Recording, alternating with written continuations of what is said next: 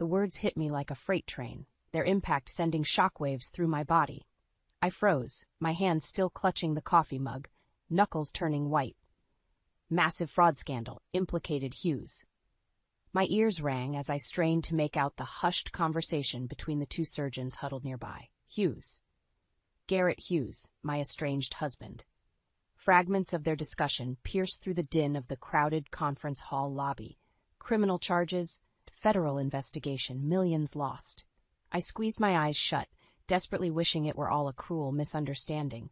But deep down, a gnawing sense of truth clawed at my gut. Garrett had always been cavalier with ethics, bending rules to feed his insatiable ambition as a high-flying financial analyst.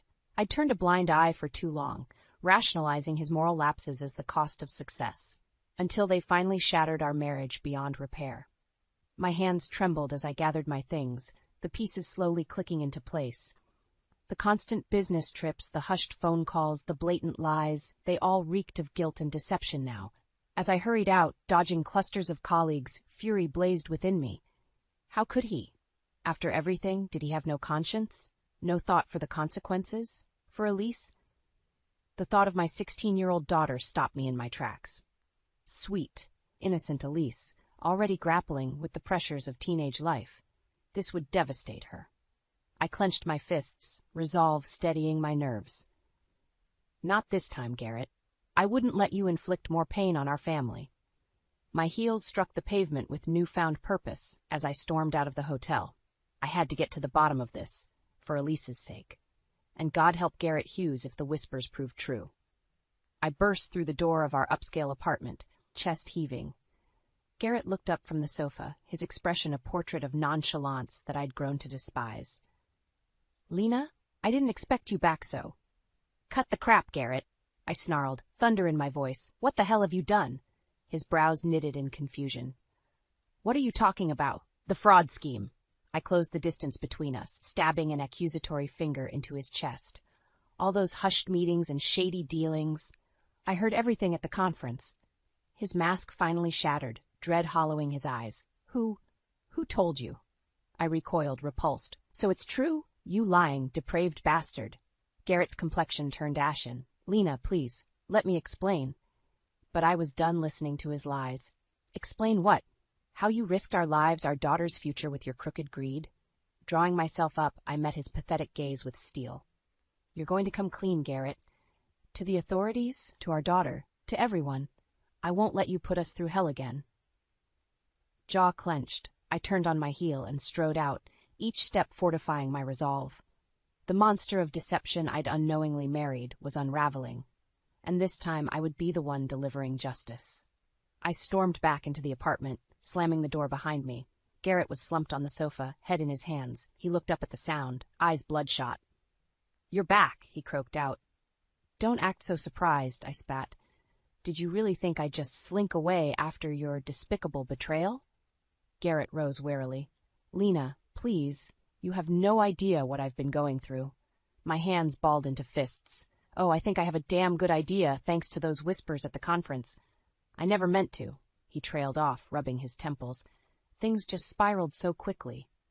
My temper flared. You think that's an excuse? What for I'm going to say next? You got caught up in the thrill of deception? An uneasy silence stretched between us, thick with lingering resentment. Finally he spoke in a hoarse whisper. They're ruined, Lena. All my clients, my reputation. He met my glare with a haunted look. I'm facing financial oblivion and possibly criminal charges. In that moment, a part of me almost pitied him, the shadow of the confident, silver-tongued man I'd once loved, now reduced to this desperate husk. Almost. I stepped closer, voice dripping with venom. That's nowhere near the hell you've put our daughter and me through. Hurt flickered across his face, rapidly engulfed by shame. Good. He deserved to drown in it. My mind raced back to that night years ago, the fateful argument that shattered our marriage vows. Uncovered lies about money, infidelity, broken promises. I'd wept until I could cry no more. And through it all, Garrett remained coldly indifferent, consumed by greed and carnal desires. That night, I vowed our daughter Elise would never have to suffer the anguish I did over her father's moral failings. But now here I stood, the old wounds reopened and bleeding anew, White-hot rage roiled in my chest like lava. When were you planning to tell me, Garrett? Or Elise? I hissed through gritted teeth. He grimaced like a cornered rat. I don't know. I thought I could fix this before. My palm whipped across his cheek with a resounding crack. Garrett reeled back, stunned. Don't you dare invoke our daughter's name with your wretched lies, I snarled. Not after you jeopardized everything we have, everything I sacrificed my career for. I loomed over him, trembling with fury. She worships you, Garrett. How could you put her through such anguish again? Shame and guilt contorted his features, but I felt no sympathy, just disgust at his moral cowardice. He was the personification of every fear that kept me up at night, dreading the day his deceit resurfaced to torment our little girl. Suddenly, Garrett seemed to crumple under my withering glare. I watched him passively as he sank onto the couch, burying his face in his hands, shoulders heaving. I stood rooted for a long moment, then turned and strode out without a backwards glance. The first tears streamed down my cheeks as the magnitude of his latest betrayal hit home. I would protect Elise, no matter what inner demons I had to confront from our shattered past. I found Elise hunched over her laptop at the kitchen counter, fingers furiously tapping away. Her brow furrowed in concentration as she navigated the storm of teenage life. "Hi, honey," I said gently, not wanting to startle her. "Everything okay?" Elise looked up with a weary smile that didn't reach her eyes. "Hey, Mom. Yeah, just working on this stupid group project." I winced inwardly at her haggard expression, the telltale signs of adolescent stress etched into her young features. If only I could shield her from such burdens. Fighting the urge to pull her into a warm embrace, I gestured to the laptop screen. "What's the project about?" "Environmental science," she sighed, rubbing her temples. "We're analyzing the ecological impacts of commercial farming, but my partners keep blowing off meetings and missing deadlines." My heart ached to see her so overwhelmed. Elise had always been a diligent student, meticulously completing assignments well before they were due. But these past few months, the workload seemed to be taking a heavy toll. "I'm so sorry, Elle. That's really unfair to you." She shrugged listlessly. "It's whatever. I'm used to carrying the load at this point."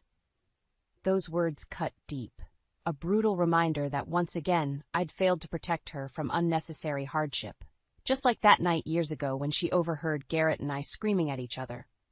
Swallowing hard, I forced a reassuring smile. "Why don't you take a break? We could watch a movie. Just the two of us."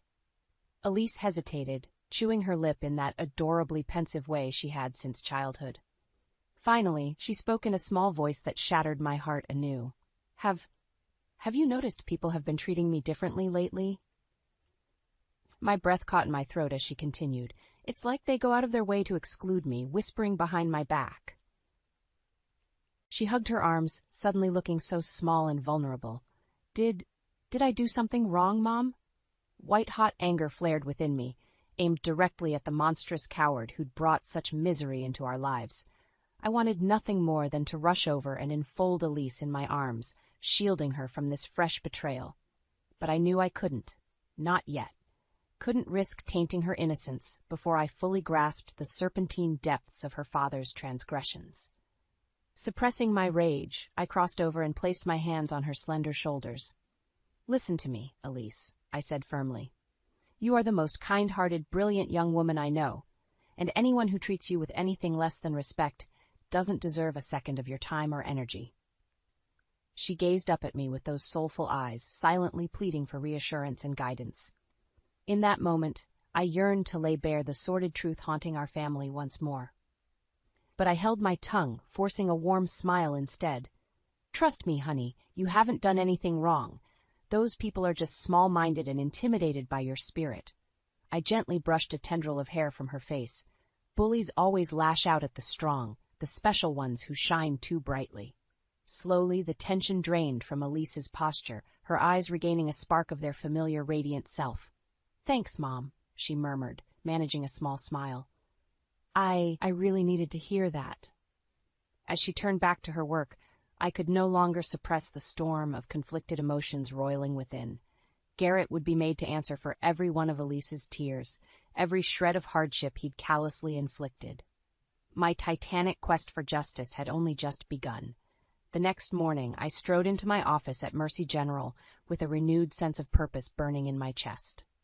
I had to get to the bottom of Garrett's tangled web before it collapsed on our family.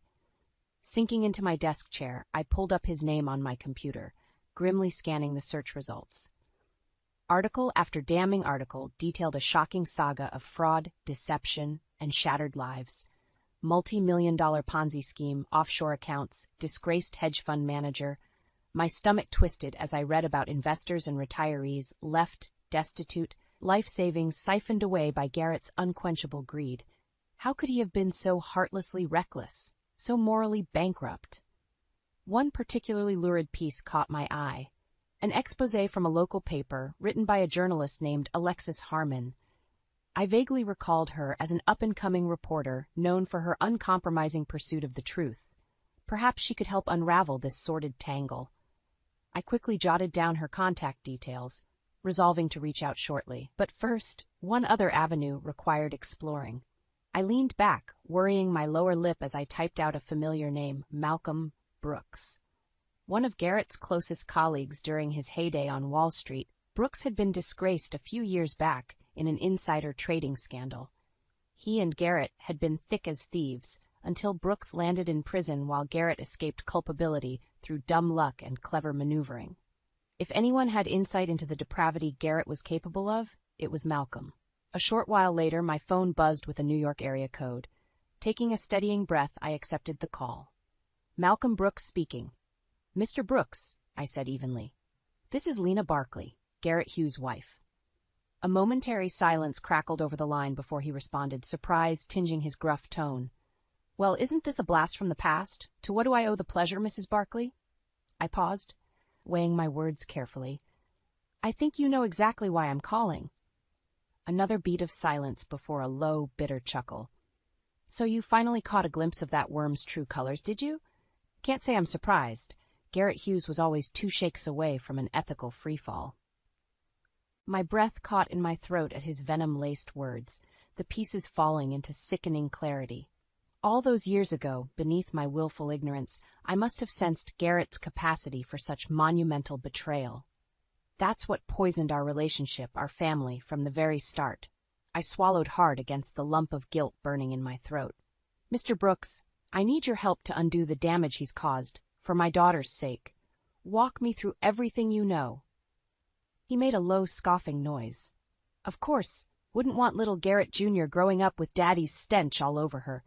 His cruel words lanced straight through me like jagged shards of ice, but I gritted my teeth, forcing my voice to remain steady. Please, Malcolm, I understand if you hate Garrett, but don't take that out on my child. She's completely innocent in all this. A tense pause stretched between us before he finally sighed, relenting. You're right. I apologize.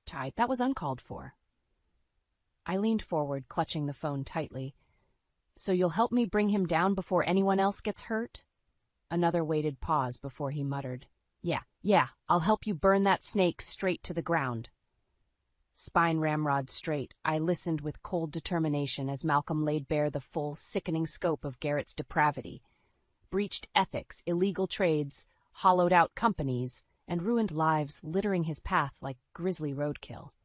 A white-hot mixture of rage, disgust, and bone-deep determination blazed within me by the time he finished. Garrett had hurt so many people, stolen their futures and sense of security through cold, calculated avarice. But I would be damned if he stole those things from Elise and me again. No more lies, no more running, no more hollow excuses. The time for my husband's reckoning had finally come. And I would be standing watch, clear-eyed and uncompromising when the hammer fell. You can't be serious, Mom. Elise gaped at me, eyes wide with a mixture of shock and hurt. I steeled myself, fighting to keep my expression neutral. I'm afraid I am, honey. I reached across the kitchen table, gently grasping her hand. This is the only way to stop your father from inflicting more damage. She yanked her hand back, shaking her head vehemently. But going public like that? Dragging his name through the mud? He did this to himself, Elise. I fought to keep my voice steady against the growing tide of anguish welling within me. Your father's greed and selfishness put us in this position, not me. Elise shot up from her chair, whirling away with her arms hugged tightly across her chest, the universal gesture of wounded vulnerability. You always saw the worst in him, even when he was trying his best. Maybe that's why he felt like he couldn't come to us. The accusations sliced deep, dredging up years of unresolved guilt over the disintegration of our family unit. My fists clenched at my sides as I struggled against the urge to snap back in volatile defensiveness. This wasn't about me and Garrett. It was about protecting our daughter from being collateral damage in his crusade of lies. Drawing a steadying breath, I rose and crossed over to where she stood, trembling with her back towards me. "Elise, look at me." I pitched my voice in that soft maternal tone that never failed to soothe her troubles as a child. "You need to understand how dangerously far your father has gone this time." Slowly, achingly, she turned to face me, eyes glistening, lip quivering in a valiant struggle to maintain her composure. "All those people he's hurt, the lives he's ruined." I fought against the lump swelling in my own throat. "If I don't stop him now, we could lose everything. Our home, your college fund, my practice, everything we've worked so hard to build." A lone teardrop traced down Elise's porcelain cheek as the gravity of my words sank in. Wordlessly, I pulled her into a fierce embrace, cradling her head against my chest while she shuddered with muffled sobs. We stayed like that for countless moments, mother and daughter united against the maelstrom threatening to rip our family asunder once more. At last, Elise drew back, sniffling as she swiped at her damp cheeks. Her eyes still shone with unspeakable hurt, but now reflected a glimmer of dawning resolution. "Okay," she said in a small but steady voice. "If this is the only way to make Dad face the truth, I'm in." A fragile sense of hope bloomed in my chest, quickly tempered by lingering dread. "I wish there was another way, Elise. Truly I do. But your father crossed a line this time that can't be ignored or undone." Marshalling my own inner reserves of courage, I drew myself up to my full height. "We're going to work closely with my contacts, a tenacious reporter and one of your father's most embittered former colleagues. Together, we're going to systematically unravel and expose every sordid thread of his fraud to the public." Elise's expression hardened with grim determination, aging her well beyond her 16 years. "Then let's get to work on bringing Dad's crimes to light," she said in a steely tone that would have made me proud under any other circumstances. "No more lies. No more protecting the Garrett Hughes everyone thinks they know." She extended her hand in a symbolic gesture of familial solidarity.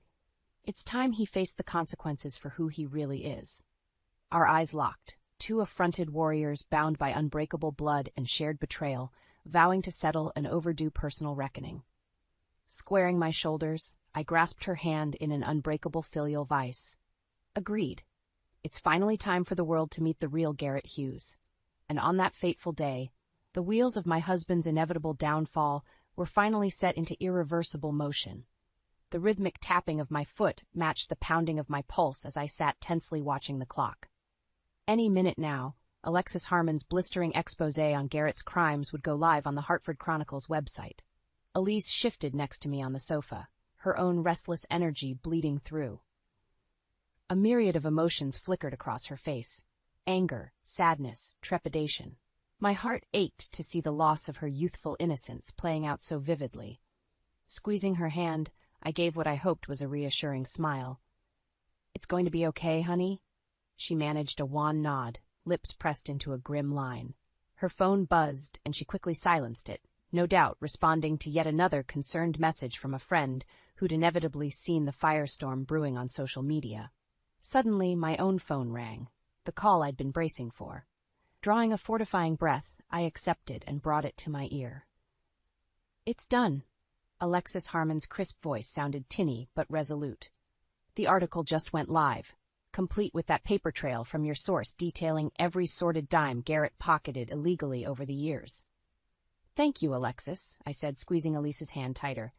"You have no idea how much this means to us." "Don't thank me yet," she replied grimly. "This is just the opening salvo. Brace yourselves. Garrett's world is about to go nuclear." No sooner had she spoken than my laptop pinged with a new email notification. The subject line alone was enough to drain my face of all remaining color. Disgraced money manager Garrett Hughes orchestrated a $120 million Ponzi scheme. I drew a shuddering breath as the damning article's contents filled the screen. A masterfully crafted tapestry of cold, irrefutable facts meticulously unraveling my husband's litany of securities fraud, embezzlement, and brazen deception. Elise peered over, hand flying to muffle a horrified gasp as she digested the sheer enormity of Garrett's treachery. Of how his unchecked avarice had defrauded innocent pensioners of their life savings and irreparably shattered the finances of countless households, all while he lived in unrepentant opulence, utterly devoid of conscience. "Oh my God," she choked out, hot tears spilling down her cheeks. "All those people, how could he?" My own grief and revulsion warred with a perverse sense of grim vindication. For far too long, Garrett's fortress of lies had tainted and contaminated those he claimed to love most.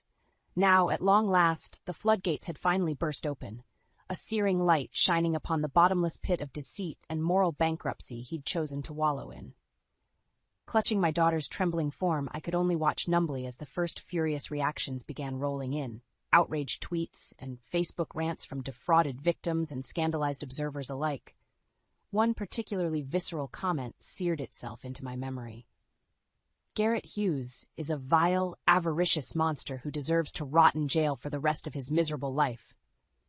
Far from objecting, I found myself silently agreeing. How could I not, after laying my eyes upon the full, grotesque tapestry of my husband's perfidy? The shattered futures, ruined families, and trail of lives callously discarded in his rapacious wake. For so long, I deluded myself into believing I could redeem the shadowed remnants of the man I once loved.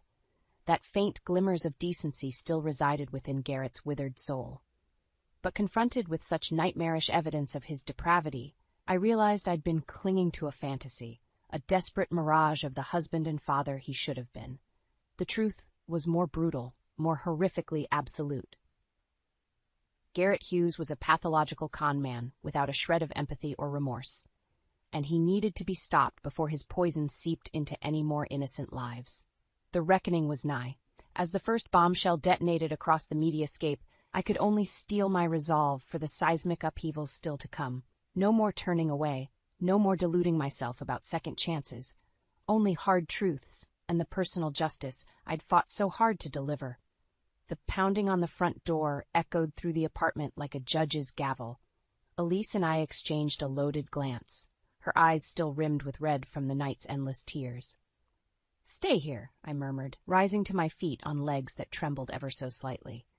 With a fortifying breath, I crossed over and pulled open the door. 2 grim-faced U.S. Marshals stood on the other side, badges glinting in the dim hallway light. "Mrs. Lena Barkley?" the taller one asked in a flat, no-nonsense tone. I lifted my chin, anger and vindication warring within me. "That's me. I assume you're here about my husband, Garrett Hughes? We have a federal warrant for his arrest," the second marshal stated, brandishing a sheaf of papers. "Our sources indicate he was last seen at this residence. Where is he?" An icy chill lanced through me, not of fear, but of sheer disgust that Garrett would potentially use our home as a refuge after his sickening criminal acts were laid bare. Grinding my teeth, I jerked my head towards the hallway. "See for yourselves." The 2 men brushed past me, fanning out with practiced efficiency. One whistled sharply as they entered the living area, his partner quickly taking up a defensive stance. "Target sighted." I followed their gaze to the corner of the room, and felt a swell of revulsion crest within me. There sat the disgraced shadow of my husband, slumped against the wall in his silk bathrobe and stained undershirt, an open bottle of gin clutched in his trembling hands. Garrett squinted blearily up at the approaching marshals, a pathetic, disheveled mockery of the suave, confident operator he'd once fancied himself. As they hauled him to his feet, the unmistakable reek of sour booze and failure assaulted my nostrils. "Garrett William Hughes," the first marshal barked, slapping cuffs around his limp wrists. "You are under arrest for securities fraud, embezzlement, and grand larceny charges. You have the right to remain silent." Elise emerged from the hallway, eyes blazing with equal parts loathing and raw hurt as she took in her fallen father's pathetic state. "Mom," she whispered from the corner of her mouth, sounding almost childlike. "Was this really necessary, parading him out like some common criminal?" Another wave of anger swelled in my breast. this one tinged with protectiveness over my daughter's lingering innocence. With 3 long strides, I crossed over to stand mere inches from Garrett's sagging, swaying form.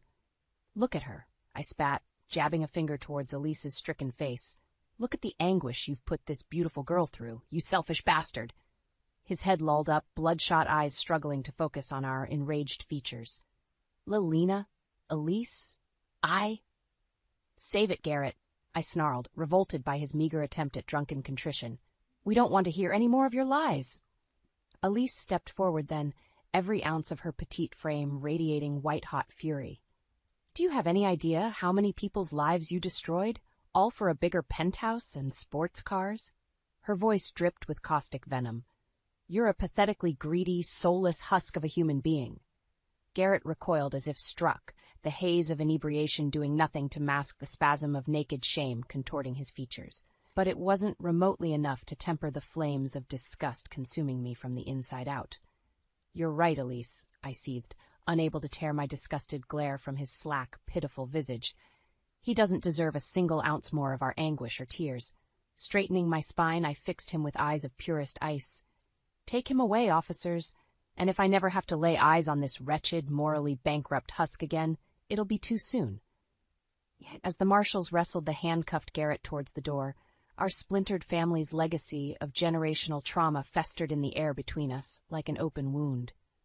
Gathering Elise into a protective embrace, I watched with a heady swirl of sadness, rage, and grim resolve as my husband was hauled away towards the harsh judgment he'd so ruthlessly courted. There would be no more lies, no more hollow platitudes, or desperate 11th-hour appeals for forgiveness. Only the cold and bitter fruit born of his voracious avarice. As the door swung shut behind Garrett Hughes, severing him from our lives forever, a solitary thought echoed through my mind. Justice, long overdue, had finally been served. 6 months later. The morning sun filtered through the kitchen window, bathing the room in a warm, rejuvenating glow.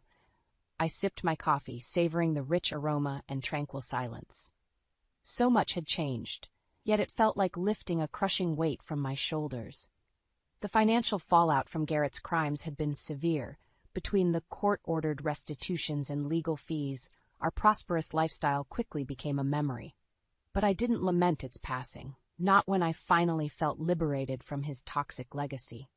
Elise's footsteps padded into the kitchen, shattering the fragile quiet. Her eyes were puffy from another night of processing the seismic shifts in our lives.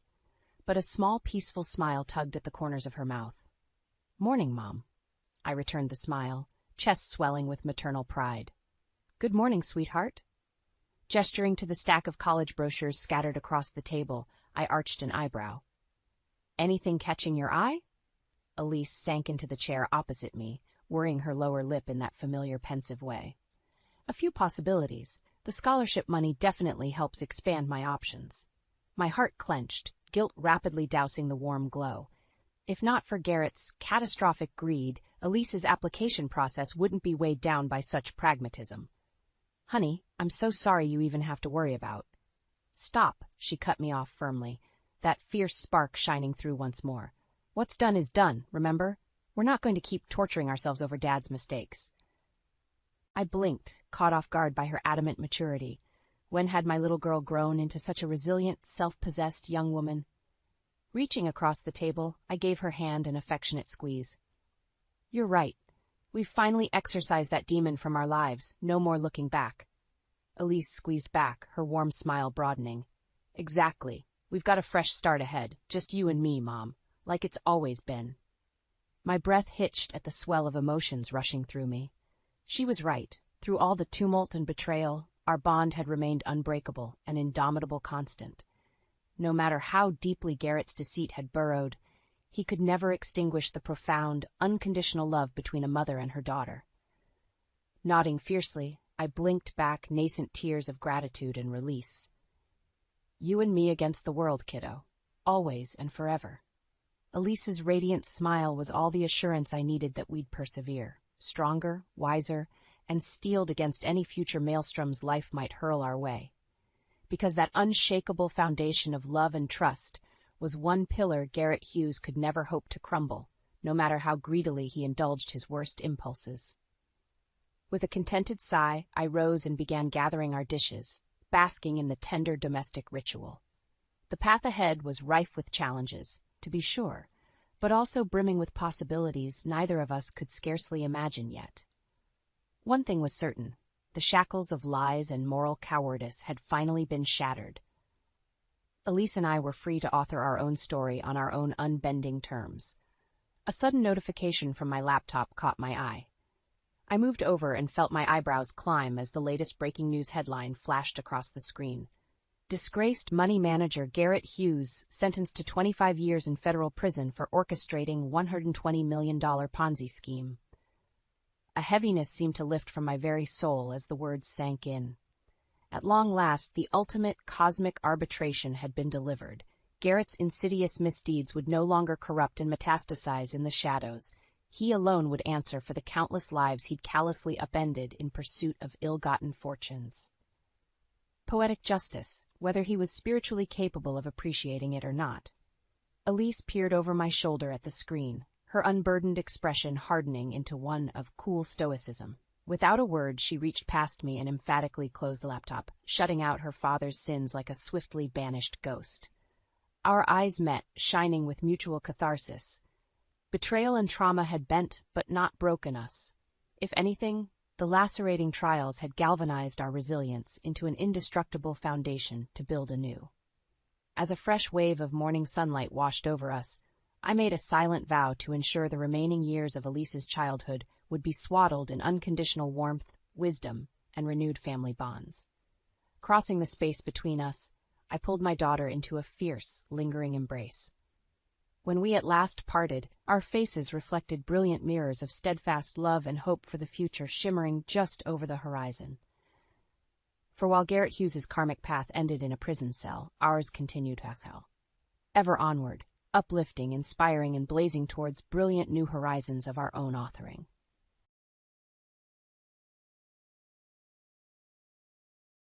The young woman stood next to the crib, peering at the sleeping baby. She couldn't bear the child and was ready to lose her cool. Of course, she didn't mean to harm the baby, but Sophia was quite fed up, especially with her mind clouded by alcohol. This child served as a painful reminder that her husband had been married before, and this baby was the result of their past love. Sophia felt anger every time she looked at the child, but she had no choice but to endure Christina's antics, even though she didn't want to. Sophia wished for her own kids as son or daughter with Adrian, and she didn't care about what would happen to Christina. Frustrated, Sophia left the nursery for the kitchen, where she received a message from her spouse and started setting the table. She prepared a meal and brewed some coffee while glancing out the window. Soon his car appeared, and she flinched, unsure why she reacted that way. She had been anticipating this moment to have a much-needed conversation. Sophia had tried to start this conversation before, but fear always held her back. She was afraid that if she gave him an ultimatum, her or the girl, he might leave her. She didn't want to share a roof with his child from his previous marriage, even though she had no connection to the girl. Adrian entered the apartment, shaking off the snow from his coat, which instantly melted onto it. He was covered in snow, even though it was only a short walk from the car to the entrance. After removing his boots, he went straight to the shower to warm up. And when he emerged, he changed into fresh clothes and made his way to the kitchen. Sitting down at the table, Adrian appeared far from cheerful. In fact, he had been in a sour mood lately, with work problems piling up and affecting his family life. He glanced at his wife, knowing she was about to start an uncomfortable conversation that wouldn't make him happy. Adrian brought the coffee closer and took a sip, immediately noticing she'd forgotten the sugar. She sat across from him, looking at him as if he should have known what this conversation would be about. Adrian, we're a young family. We should live on our own, she said, addressing her husband. She wanted him to make the decision himself and desperately hoped he'd agree to take care of the girl somehow, even if it meant not having children of their own. She just wanted to be alone with Adrian and get rid of the constant reminder of his late wife. Really, Adrian, we should have our own children or just be a couple. She's a complete stranger to me, Why do we need someone else's child in our home? You don't even deal with her. You don't interact or communicate with her at all. Why should I be the one dealing with it? She pressed, urging him to see her perspective. Adrian replied calmly, "Well, let's start with the fact that you're a woman." He felt anger brewing inside him, irritated by his wife's repeated conversations on this topic. It seemed she would continue until the very end. He continued, "Why do I have to listen to all this right now? You stay home all day, and I provide for you. All you're required to do is clean the house, cook meals, and take care of the child. That's it. Instead of saying thank you for my constant hard work, I have to listen to your complaints." Sophia, exasperated, retorted, "Yeah, whatever, Adrian. What complaints? I just want us to be a happy family, not like we took in a girl no one wants. I'd understand if you actually cared for her, spent time with her. But you brought her home like a pet, and I'm stuck dealing with her." Sophia calmly expressed her frustration, though there were hints of tension in her voice, like she was on the edge of losing her cool. She had promised herself to keep the conversation civil this time, hoping to avoid the outbursts that hadn't worked in the past. She was desperate to get the girl out of their house. Their talk grew louder and more intense, and the little girl, whom Sophia thought was asleep, was actually wide awake. She cracked her door open and overheard the heated discussion in the kitchen. Quietly, she dialed her father's sister's number, which she had memorized. Her aunt had made her remember it for moments like this. As Christina spoke to her aunt, Carolina, on the phone, she shared what was happening at home. Carolina listened carefully, but had her own thoughts in mind. She assured the little girl that she would handle everything and told her not to worry. Carolina also instructed Christina to delete the call from the phone to keep it a secret. Christina hung up, erased the call, and returned to her room, still hearing her parents argue in the kitchen. She didn't understand her place in their lives. She loved her mom dearly, but she wasn't there anymore. All she had was her dad, who seemed indifferent, and her stepmother, who couldn't stand her.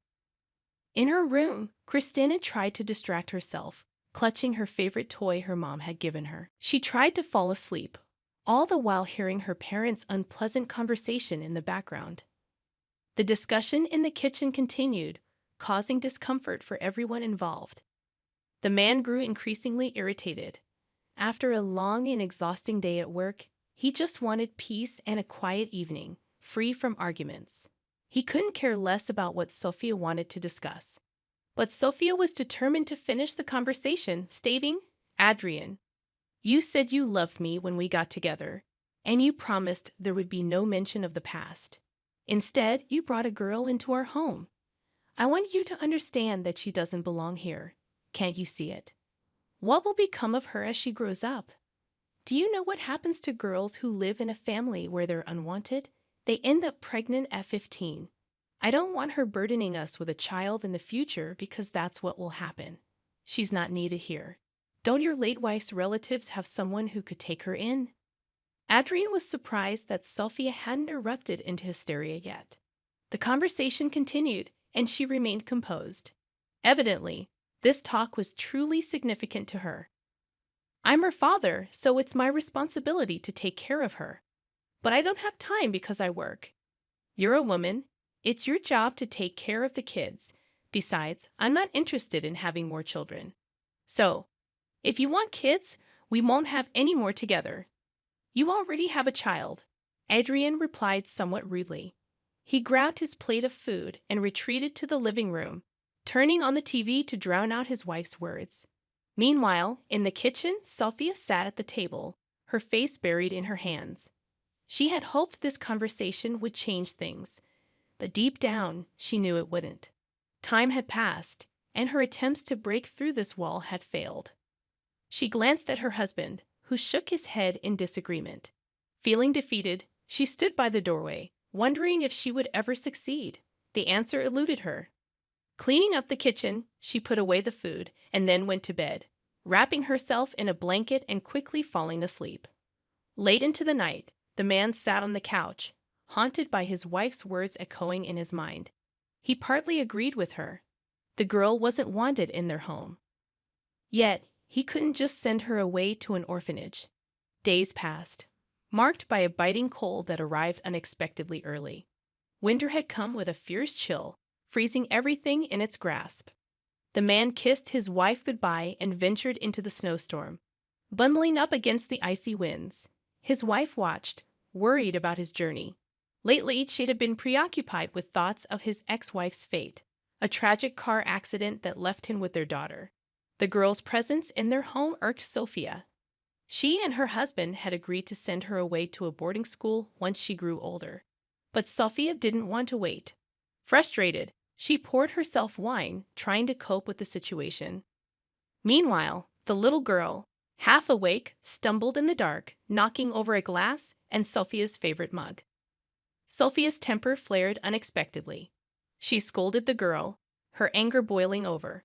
Eventually, in her frustration, she locked the girl out on the icy balcony, leaving her alone in the freezing night.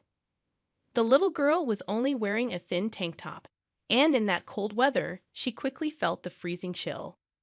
What happened next is too scary to even think about. Adrian had a really tough day at work that drained him emotionally. To cope, he met up with an old friend, went to a bar, danced with young girls, and only after that did he go home. It felt like a little break, a sigh of relief. His exhaustion had built up so much that he couldn't see anything around him. Work, constant fights with his bosses, pending projects. It was overwhelming. Tired, he looked around. The snow-covered city made him feel sad. He longed for the time when he was married, working from home, his ex-wife taking care of the child, bringing him sandwiches while he worked. They used to sit on the balcony in the evenings, wrapped in blankets, sipping coffee while the little one slept in the cradle. But after his wife's death, he stopped feeling anything for the little girl. It was as if all his emotions towards her vanished. The car was parked near the entrance, but he couldn't bring himself to get out. He wished he could go back to the past, to be happy again. He loved his ex-wife deeply, mourned her when she passed, and that pain lingered within him. He finally got out of the car, entered the building, climbed the stairs to the apartment, and went inside. When Adrian returned from work, he saw a horrifying scene. The living room was in shambles. His intoxicated wife and her friend lay on the couch, but their child was nowhere to be found. The balcony door was wide open. Panicked, Adrian rushed to the balcony and saw small footprints and abandoned shoes. He shook his wife, trying to get answers, but she was unresponsive. He closed the balcony door, feeling a mix of shock and confusion. Adrian decided not to take any drastic steps until his wife sobered up. He forced her into a cold shower, gave her coffee, and repeated the process until she could talk properly. She was shivering and still couldn't explain what had happened. He left his wife alone and returned to the living room, leaving her with her friend. Adrian was shocked by what had happened.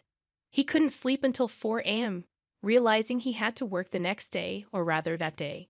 He kept wondering where his daughter could be. Sophia could only speak clearly by 6 in the morning. Adrian couldn't fathom why she felt so terrible. He was afraid to imagine the mess they had gotten into.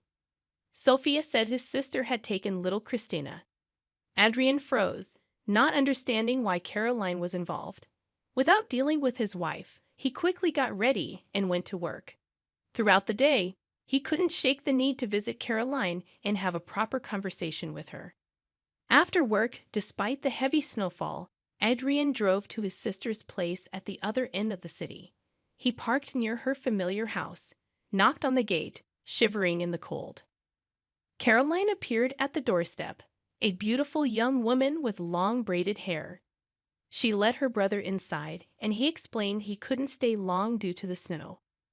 Adrian questioned why Caroline had taken Christina in the first place. She told him that a few days ago, Christina had called her, saying her stepmother was tormenting her. When Caroline arrived, she found the girl in a terrible state because Sophia had put her on the icy balcony in just a tank top. Caroline quickly took Christina to the hospital, wrapping her in a fur coat to warm her up. Meanwhile, Sophia was busy getting drunk with her friend, completely unaware of what was happening. The doctor assured them that Christina would be fine, but they needed to keep her under observation due to severe hypothermia. Caroline couldn't understand Adrian's calm reaction. She was furious that he hadn't protected his daughter. A real father, she thought, would have confronted his wife for nearly killing their child. Despite her frustration, Adrian didn't say anything, leaving his sister to question his lack of action. He told his sister, "I even agreed that we would send her to a boarding school once she reached school age, but apparently she decided not to wait. We understand that we don't need her," Adrian said honestly. Carolina was shocked but chose not to argue. She changed the subject, deciding that if Adrian didn't want the girl, she would raise her herself. She found herself in a similar situation in her own childhood when she was unwanted by her family. Adrian came back home the next day after work, feeling a strange mix of emotions. He looked at his wife, who was clearly worried about him. They hugged each other in the hallway, and she confessed her love for him. They spent a lovely evening together, talking, watching TV, and eventually making love before falling asleep. Carolina, on the other hand, stood outside the hospital, waiting for her niece. When she saw Christina being brought towards her, she entered the building. She signed the necessary papers, picked up the little girl, and carried her to the car. Christina felt safe with her aunt, not her stepmother, and began crying when she thought about going back. Carolina reassured her, saying they wouldn't return to her stepmother and father. She explained that they had decided not to take her, and she was going to be her legal guardian. Christina smiled, relieved and happy. Carolina felt a warm glow in her heart seeing the girl's happiness. In the following weeks, Carolina finalized the paperwork, becoming Christina's legal guardian. Her brother, Adrian, gladly handed over guardianship, even sending money as child support. He was willing to pay any amount as long as he didn't have to take care of the girl. In just 6 months, Christina started calling Carolina Mom.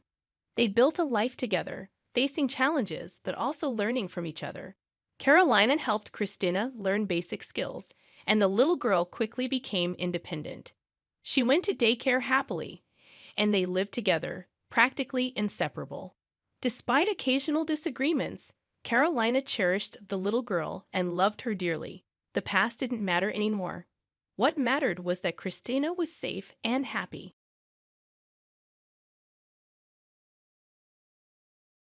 The end of us. Amidst the shambles of our once beautiful relationship, my husband, Mike, uttered the words that severed our ties forever. "I think we should get a divorce," he said, his voice laced with finality. Mike had always criticized my life choices, but this time I didn't protest. Deep down, I knew the real reason behind his decision.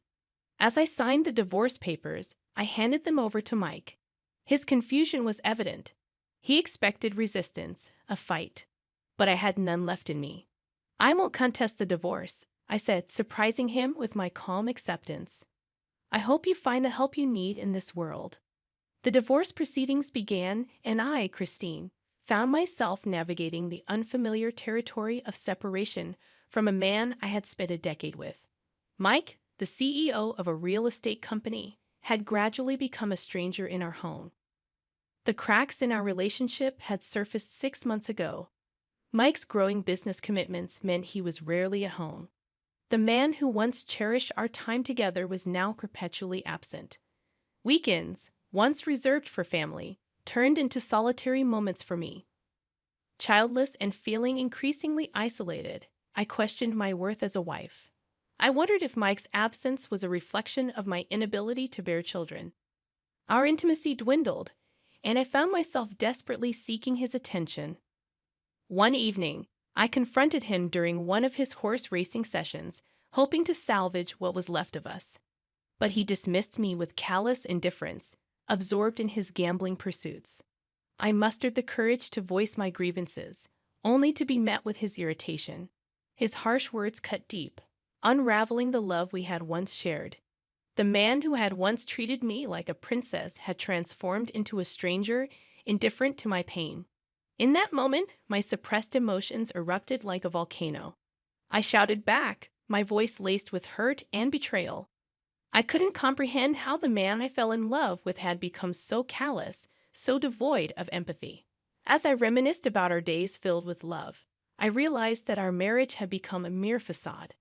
The love that once bound us had withered away, leaving behind a hollow shell of what we used to be. That's why I accepted his proposal initially. Everyone envied our closeness, and they all thought Mike was a catch, blessing our union. I believed that happiness would be our constant companion, but it only lasted for the first 2 years. After that, his selfishness and arrogance took over, reducing me to nothing more than a maid. I catered to his picky eating without a single complaint, cleaned meticulously as if under the scrutinizing gaze of an overly critical mother-in-law, and endured strict checks as if allowing even a speck of dust would be a grave sin. I faced humiliation in front of relatives due to our inability to have children. Although my real mom stepped in to support me, Mike's bullying never ceased. I endured these painful days, clinging to the memory of the kind Mike I had fallen in love with. His past love for me fueled my resilience, allowing me to smile through the worst moments.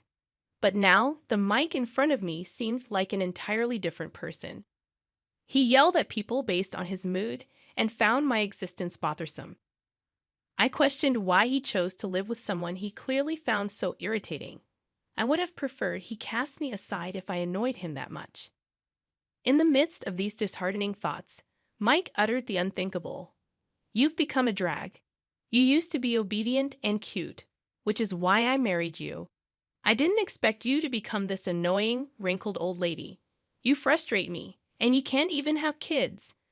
What kind of wife are you? You're more like a maid. That's what you are now." His words shattered me. He no longer saw me as a woman.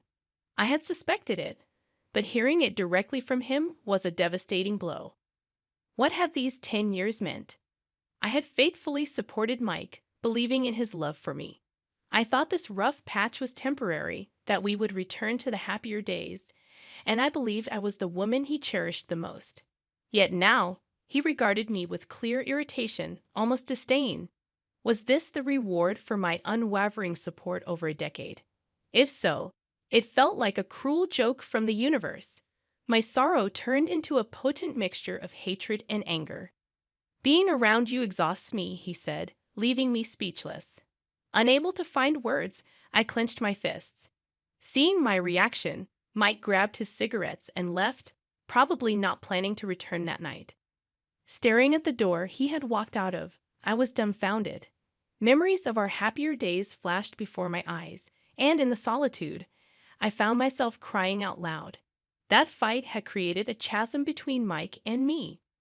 Sick of seeing my face, he started coming home late, barely exchanging a word before changing his clothes and leaving again. I was too terrified to talk, fearing his cutting words. If he were to ask for a divorce, I would have nowhere to go. My parents had died in a car accident shortly after I got married, leaving me feeling like an empty shell. Mike had been my rock, my support through it all. But now, that foundation was crumbling, leaving me adrift in a sea of despair. I truly believed, deep in my heart, that marrying him was the best decision of my life. From that moment on, Mike became my only family. I had no one else to turn to. My connection with my in-laws existed, but I hesitated to burden them with my woes, even though they were incredibly kind. I didn't want parents to hear complaints about their child. I feared it might sour their opinion of me. At that time, I was timid, always hesitant to take action. I began to accept that I might spend my entire life just being there for Mike, akin to a housekeeper. Many nights, these thoughts would reduce me to tears. Then, one surprising night, after over 3 months of silence between us, Mike came home in an unusually good mood. He appeared with a box of cupcakes, a gesture that startled me. "Christine here," he said, his demeanor remarkably different. I stared at him, taken aback by his sudden change. Seeing my reaction, Mike awkwardly laughed, tilted his head, and said, "Take it. I'm sorry for how I treated you that day. I regret being so cold. I want to go back to the happy days with you. Can we make up?" His apology moved me to tears. The Mike I had once known, the kind and caring one, seemed to have returned. I hugged him tightly, holding on to the hope that our happiness could be rekindled. From that moment, he kept his word. He treated me with care, reminiscent of our early dating days. He made an effort to come straight home after work, prioritizing our time together. He admitted his own faults, acknowledging that his stress from work had influenced his behavior. One lazy weekend afternoon, while we were watching a movie side by side on the couch, Mike, while gently stroking my hair, shared his feelings. "I think I took it all out on you," he confessed. "I blamed you without knowing the whole situation." Finally, the tension between us began to ease, and I believed that as a couple, we could find happiness again. However, that belief was shattered one night when a call interrupted our dinner. His phone displayed a woman's name, an unusual occurrence.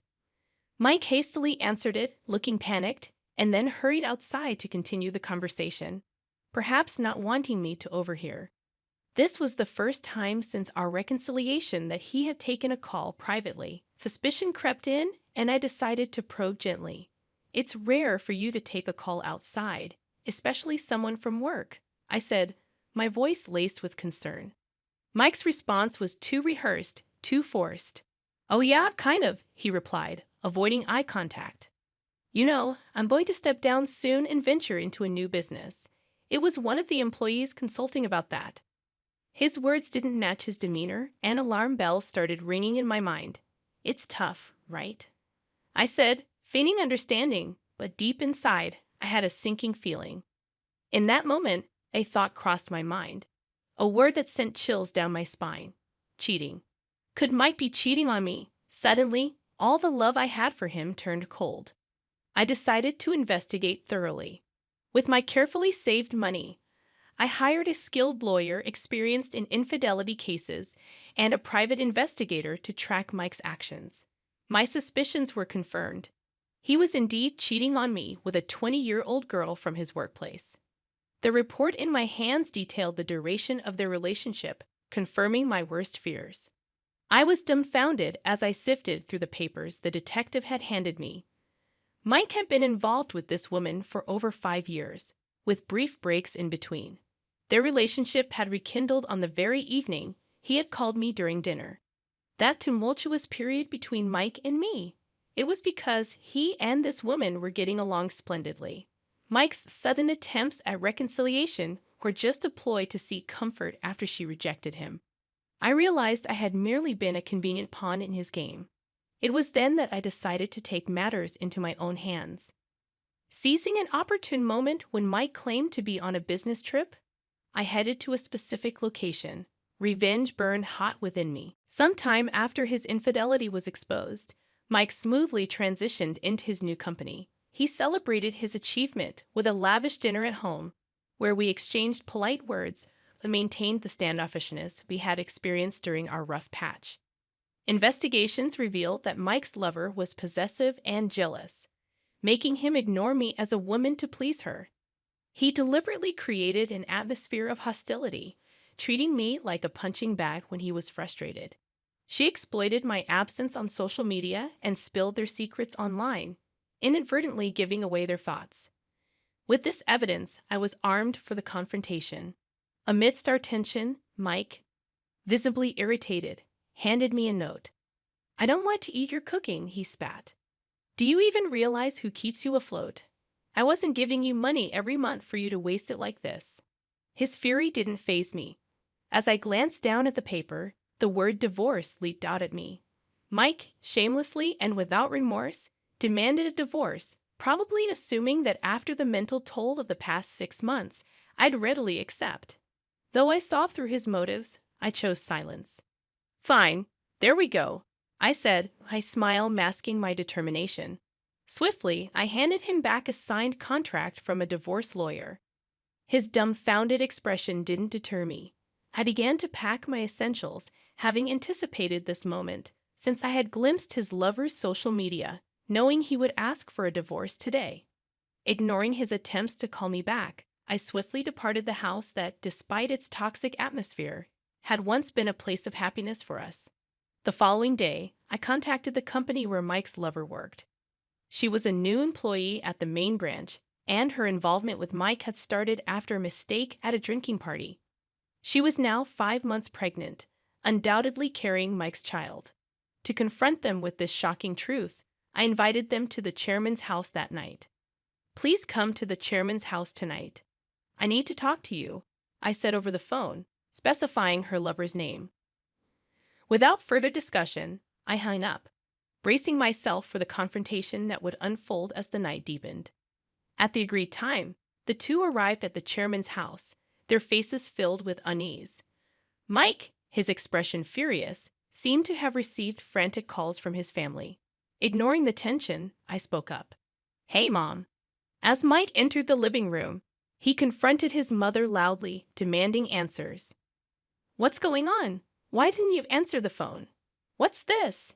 he barked, his eyes darting around the room. Both he and his lover froze, visibly shaken, at the strange scene before them.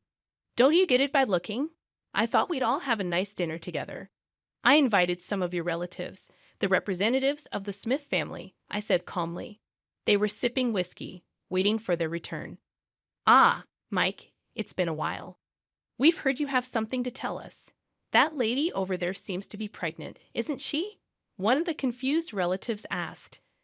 But since the situation was unknown to them, they expressed their bewilderment. Only Mike's parents remained calm, casting a stern, yet gentle, gaze upon him and his cheating partner. "Mike, we've heard there's something you want to discuss with us. Is there something you need to say about that woman?" His mother spoke up. Though her tone was soft, her eyes held no warmth, emanating a dark and intimidating aura that made Mike shiver. "What do you mean by something I need to talk about? Don't play dumb, boy." "I've heard everything from Christine," his father interjected, his stern gaze contrasting sharply with his mother's demeanor. The words hit Mike like a sledgehammer. Panic flashed across his face as he turned to me, lashing out. "What the hell did you do? You're not my wife anymore, so stay out of family matters." "She's not your wife? What do you mean?" I said, seizing the opportunity provided by Mike's slip of the tongue. Everyone from the Smith family looked at him with puzzled expressions, questioning his words. In the midst of my contemplation, his furious mother spoke again. "How could you disregard such a wonderful wife and flirt around with other women? You're a disgrace to the Smith family. Realize your own foolishness." His mother's formal attire and dignified demeanor lent her words immense weight, overwhelming everyone present. It must have been terrifying for Mike. Overwhelmed, he fell backward onto the floor. "You thought you managed a smooth divorce. Please don't underestimate me. I've already got permission from your parents to demand the division of property. They've said they'd like to maintain a good relationship with me and kick you out of the Smith family," I whispered to Mike, smiling slyly. On that day, I had tearfully explained everything to my in-laws. Upon seeing all the evidence, they had supported and comforted me. "We never thought our son would do something so pathetic. Thank you for telling us, Christine.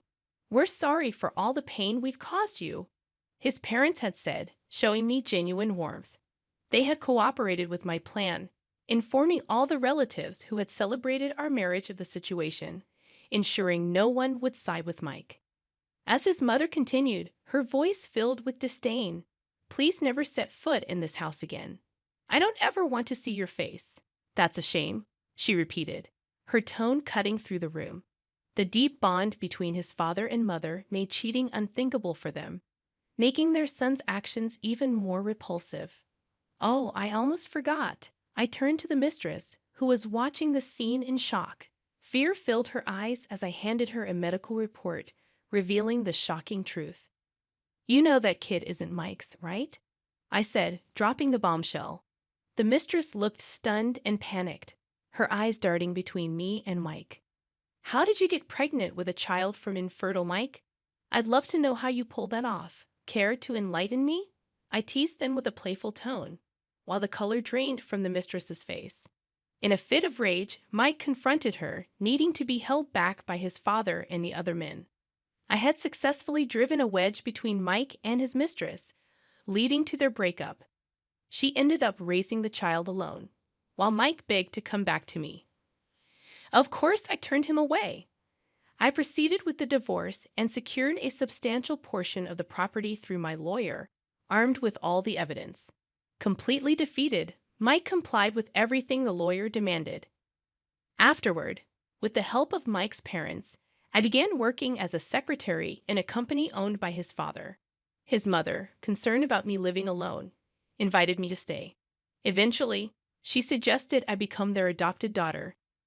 "Why don't you become our adopted daughter?" she said, her eyes brimming with warmth. They loved me so much, and now I live happily with them, just like their own daughter.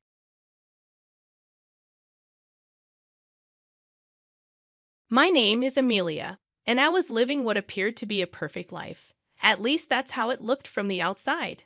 My husband, Ethan, was everything a girl could wish for: handsome, loving, and incredibly supportive.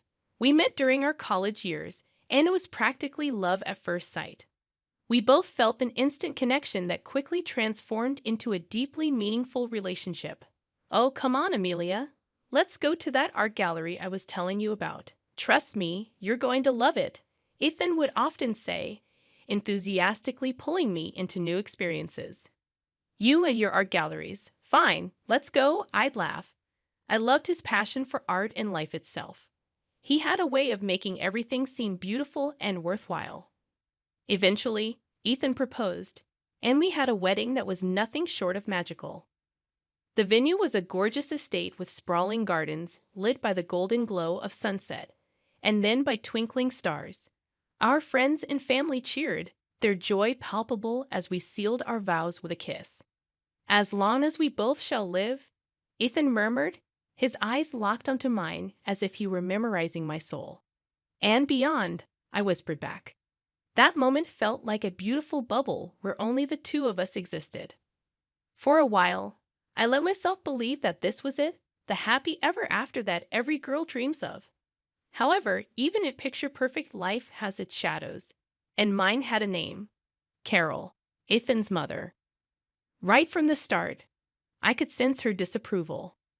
It was as though her eyes had this natural ability to scan me like an error message, searching for flaws she could magnify. "So, Amelia, what is it that your parents do?" she'd ask, trying to sound polite during one of our first family gatherings. "My father's a mechanic, and my mom's a nurse," I'd reply. "A mechanic and a nurse. How charming," she'd say, her words weighed down by a thick veneer of disdain. It wasn't just a question of social status or background. It was as if she thought I was fundamentally unsuitable for her son.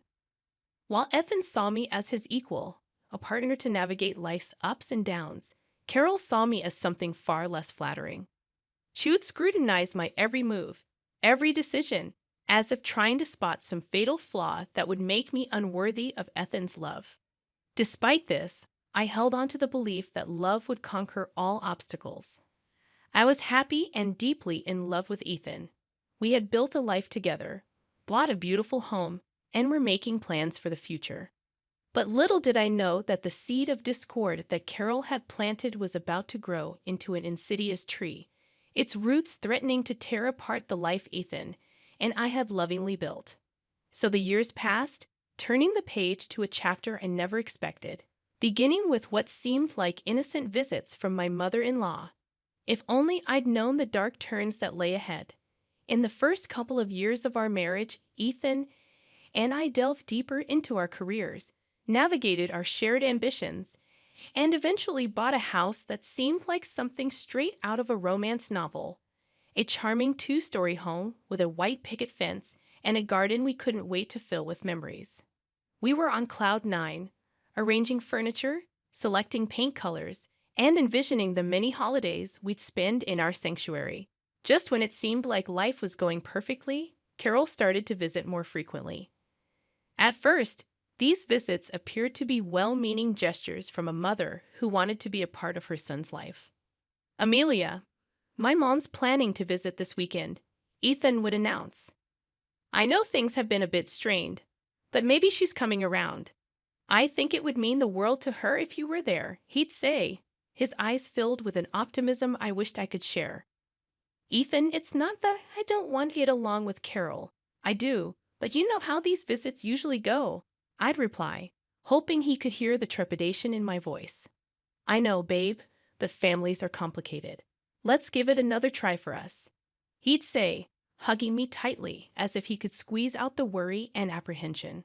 The problem was, these visits rarely occurred when Ethan was home. More often than not, Carol would find a way to visit when he was away on business trips. This left me alone to face her scrutiny, making the walls of my dream home feel like they were closing in on me. Carol's visits had a pattern. She would ring the doorbell, and I'd open the door with a pasted-on smile, hoping against hope that this time things would be different. Carol, it's so lovely to see you. Can I take your coat? I'd offer, attempting to fill the awkward silence that always accompanied her arrival. I'm fine. Where's Ethan? She'd snap, not even pretending to be interested in pleasantries. He had a business meeting out of town. He should be back by tomorrow. I'd respond, trying to keep the atmosphere light. But her next words would always weigh down the room. Just making sure my son's life is in good hands. She'd say, her eyes scanning our home like a detective searching for clues, her words dripping with double meanings that even a knave ear couldn't miss. Her words misinterpreted, they stuck with me, echoing in my ears long after she had left, fueling my anxiety about the next inevitable visit. It got to the point where the sound of the doorbell would make my heart race as I braced myself for another round of passive-aggressive comments and thinly veiled insults. I couldn't shake the sense that Carol's visits were more like reconnaissance missions than attempts to connect. It felt like she was gathering information, building some sort of case against me, though for what, I couldn't say. But that unspoken tension bubbled beneath the surface, a dormant volcano that I knew could erupt at any moment.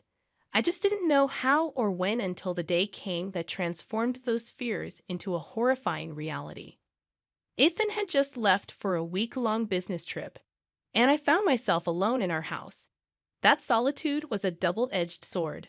On one side, I relished the quiet moments, the chance to focus on my own interests, read a book, or have a pampering self-care evening. But the flip side was the looming possibility of another visit from Carol. It felt like an impending storm, an unspoken threat that could materialize at any moment. When the doorbell rang on the third day after Ethan had left, my heart sank. There she was, Carol, standing on the doorstep with a smile that seemed as forced as my own.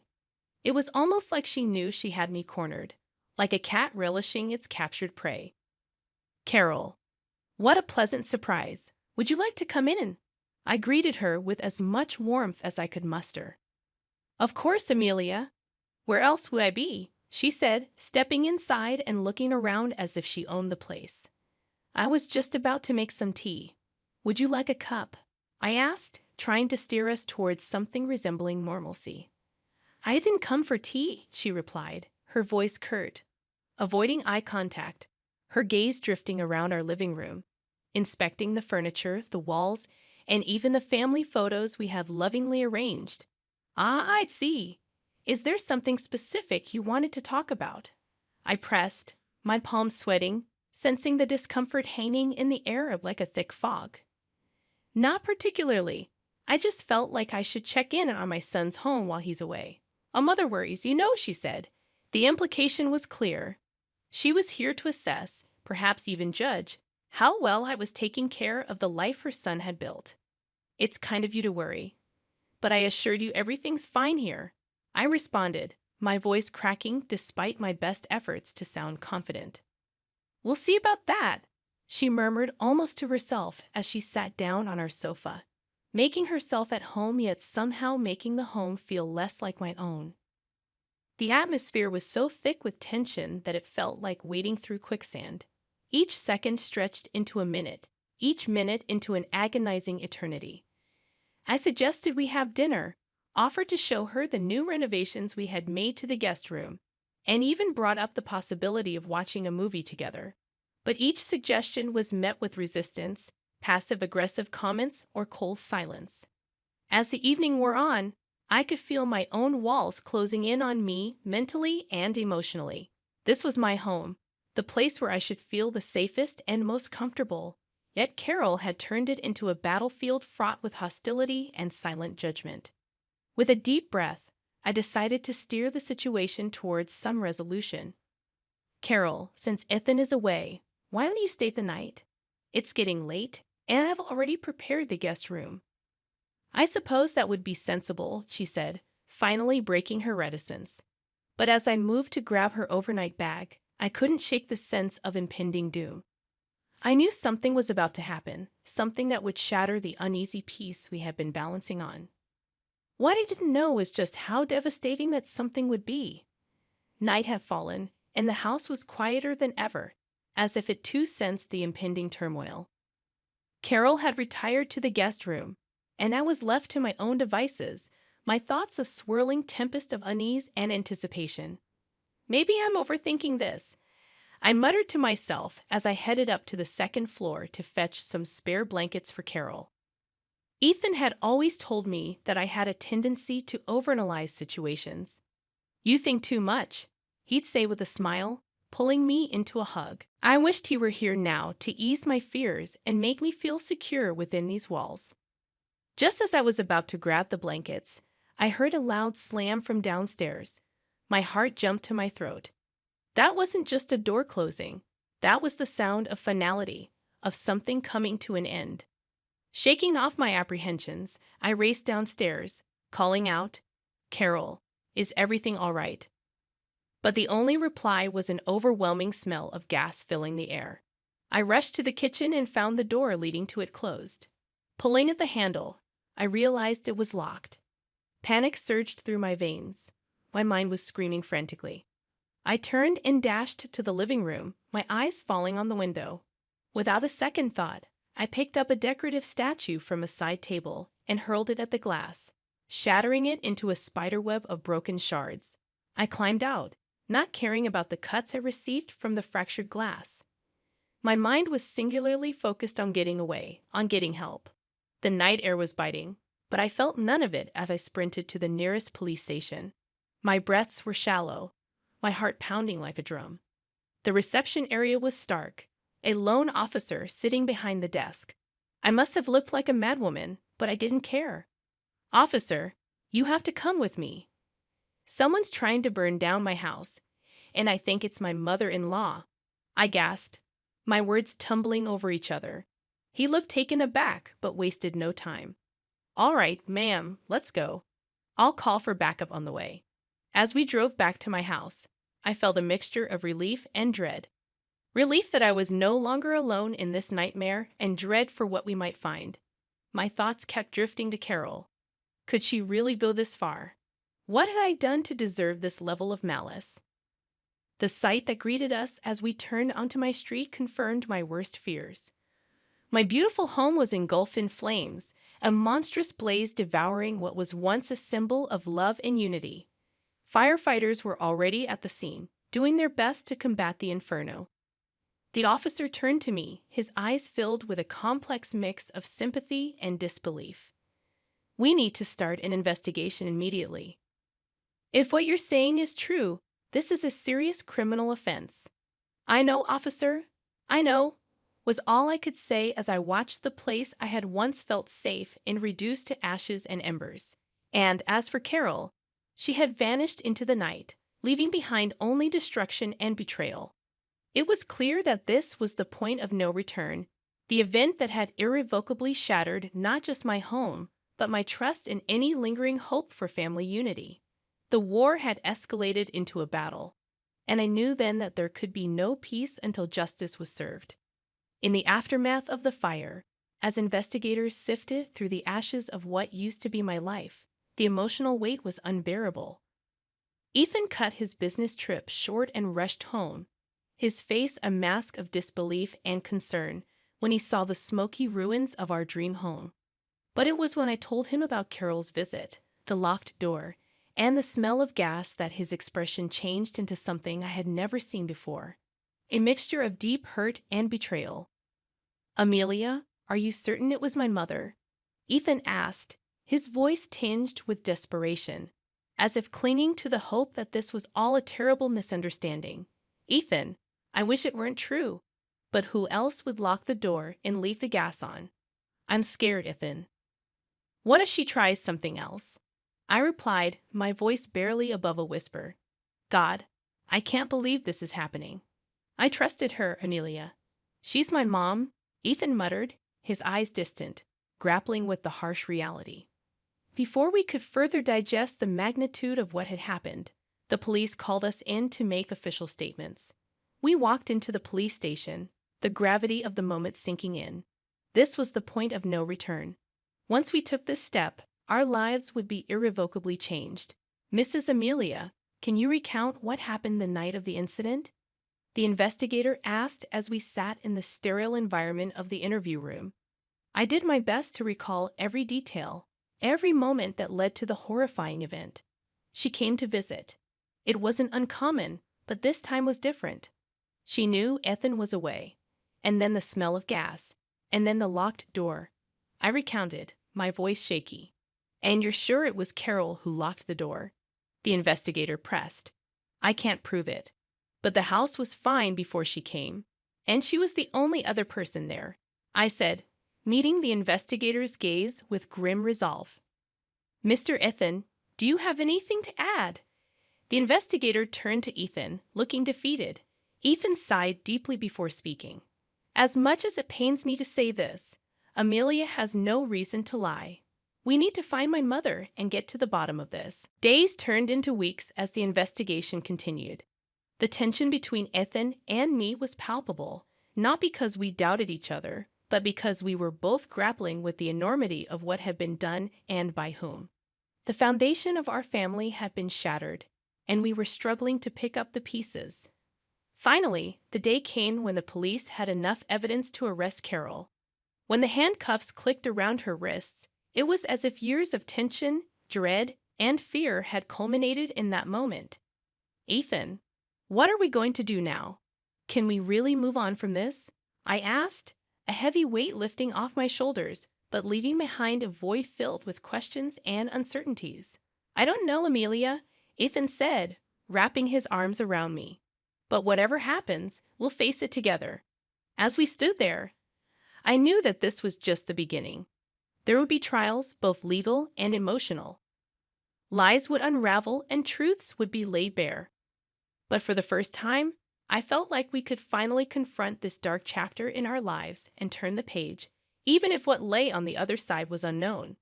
We would face it as we have faced all things, united, even if broken. The courtroom was stifling, an arena of hushed whispers and unspoken judgments. When the judge announced the sentence, 6 years for attempted murder and arson, there was a collective gasp, a release of the tension that had built up over the weeks of the trial.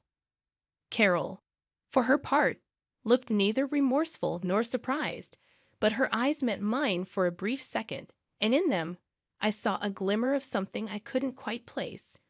Regret, perhaps, or maybe just the realization that she had lost. As much as this verdict brings some closure, the family is shattered, possibly beyond repair, said Ethan as we exited the courthouse, a throng of reporters clamoring for comments. Yes, the family is broken, but not us, Ethan. We'll find a way to heal, even if it takes time, I replied, feeling the urge to reassert the strength of our partnership amidst the ruins of our larger family dynamic. The car ride home was one of the most uncomfortable experiences of my life. Words hung in the air like invisible barriers we didn't quite know how to navigate. Finally, Ethan broke the silence.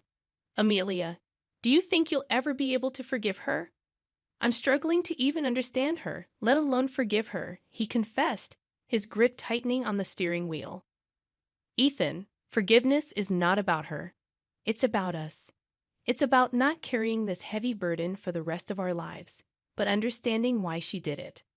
I don't know if I'll ever get there, I responded, my eyes focused on the road ahead, both literally and metaphorically. We have to rebuild, Amelia.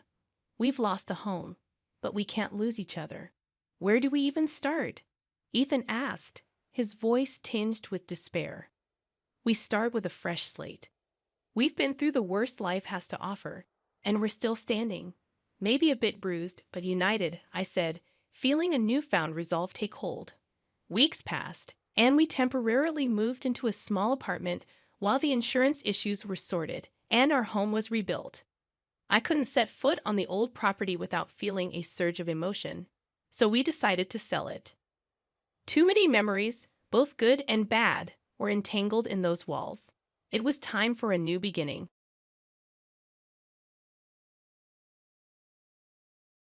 "Wake, you're sleeping there?" I exclaimed in surprise. Currently, I was house sitting for my brother and his wife while they were on a trip, accompanied by my niece, Emily, in my brother's house. Despite the absence of her parents, Emily seemed unusually insistent on not having my daughter, Alice, over, even though we had planned for a day of fun together. Instead, we spent the evening playing games and preparing dinner. As the night progressed, Emily's behavior became increasingly peculiar. She stuck close to me, her eyes darting around the room as if she were on guard against an invisible threat. When I finally confronted her about her strange demeanor, she insisted that everything was fine, although her actions suggested otherwise. When bedtime arrived, Emily surprised me by opening the closet door, revealing a neatly prepared set of bedding. Without hesitation, she crawled into the closet and lay down on the mattress inside. Stunned, I blurted out, "Wait, Emily, you're sleeping in there?" With a serious expression, she reassured me, "Yes, but it's okay. I'll leave it slightly open. If anything happens, I'll wake up right away." Attempting to conceal my bewilderment, I tentatively proposed, "Why don't we sleep together tonight?" After some persuasion, Emily reluctantly agreed and climbed into my bed.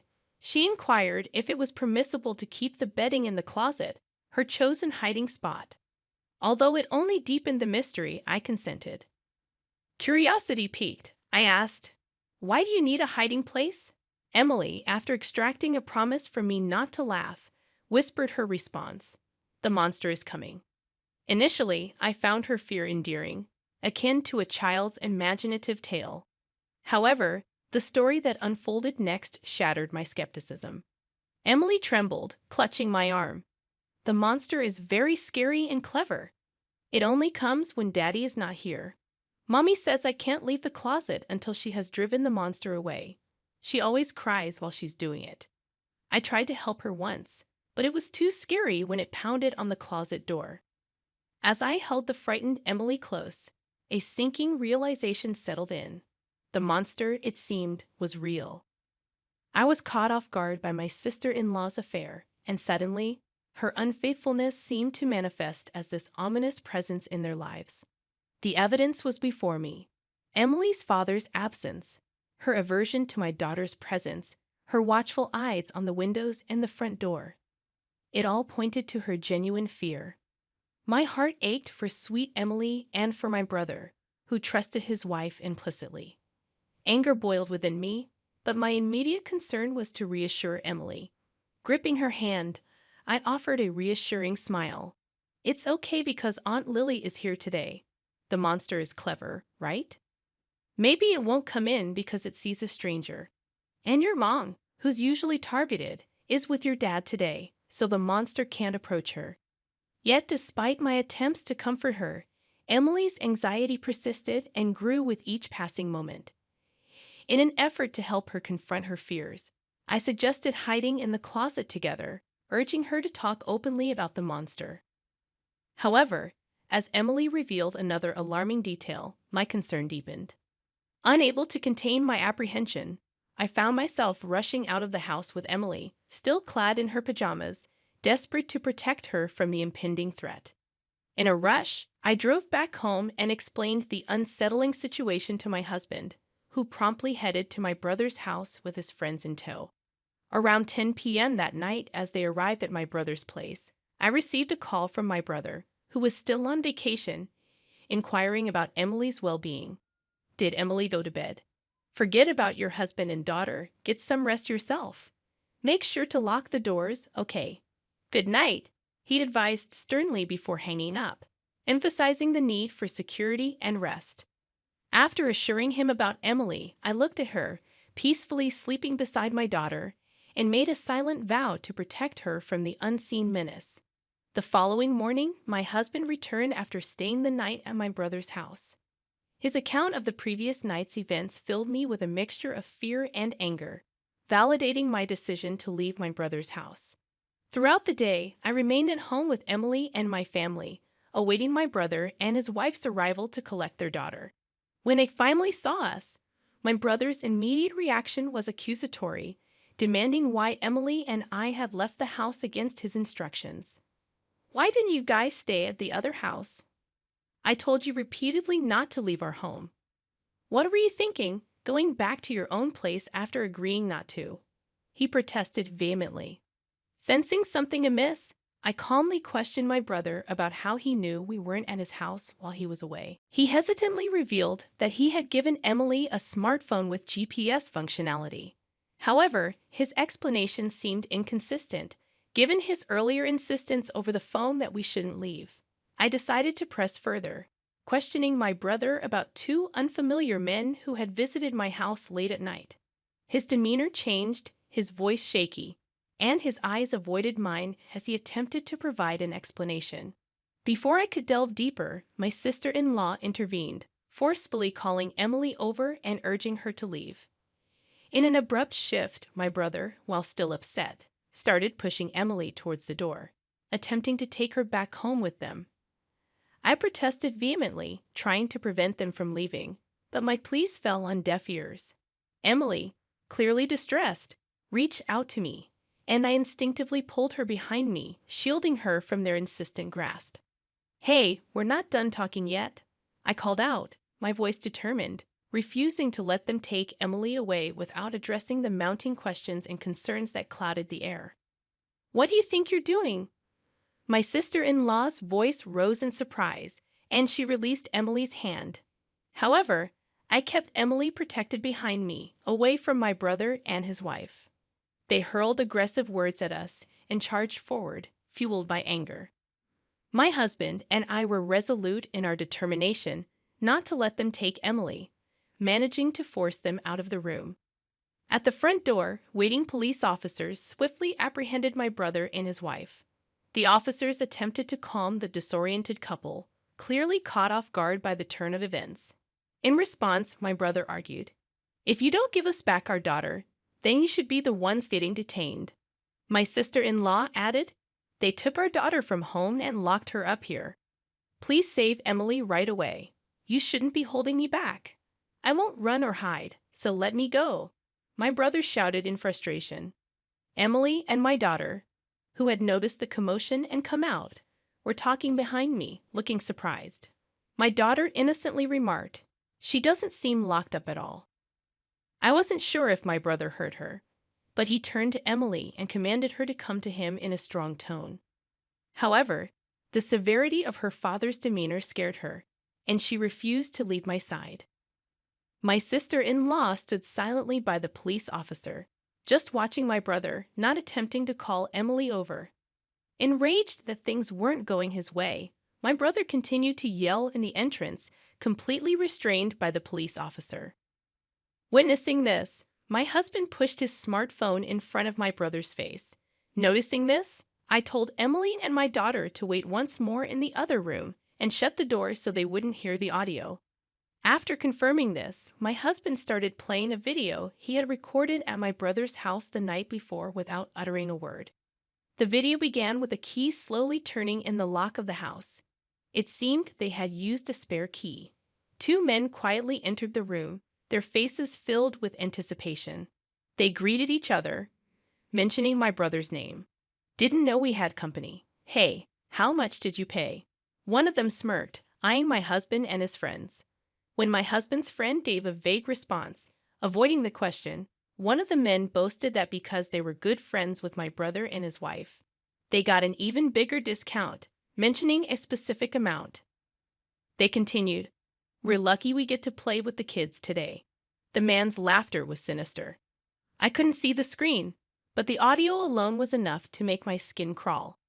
Afterwards, my husband's friend bombarded the men with questions, asking if they often came to this house and if they always came as a pair.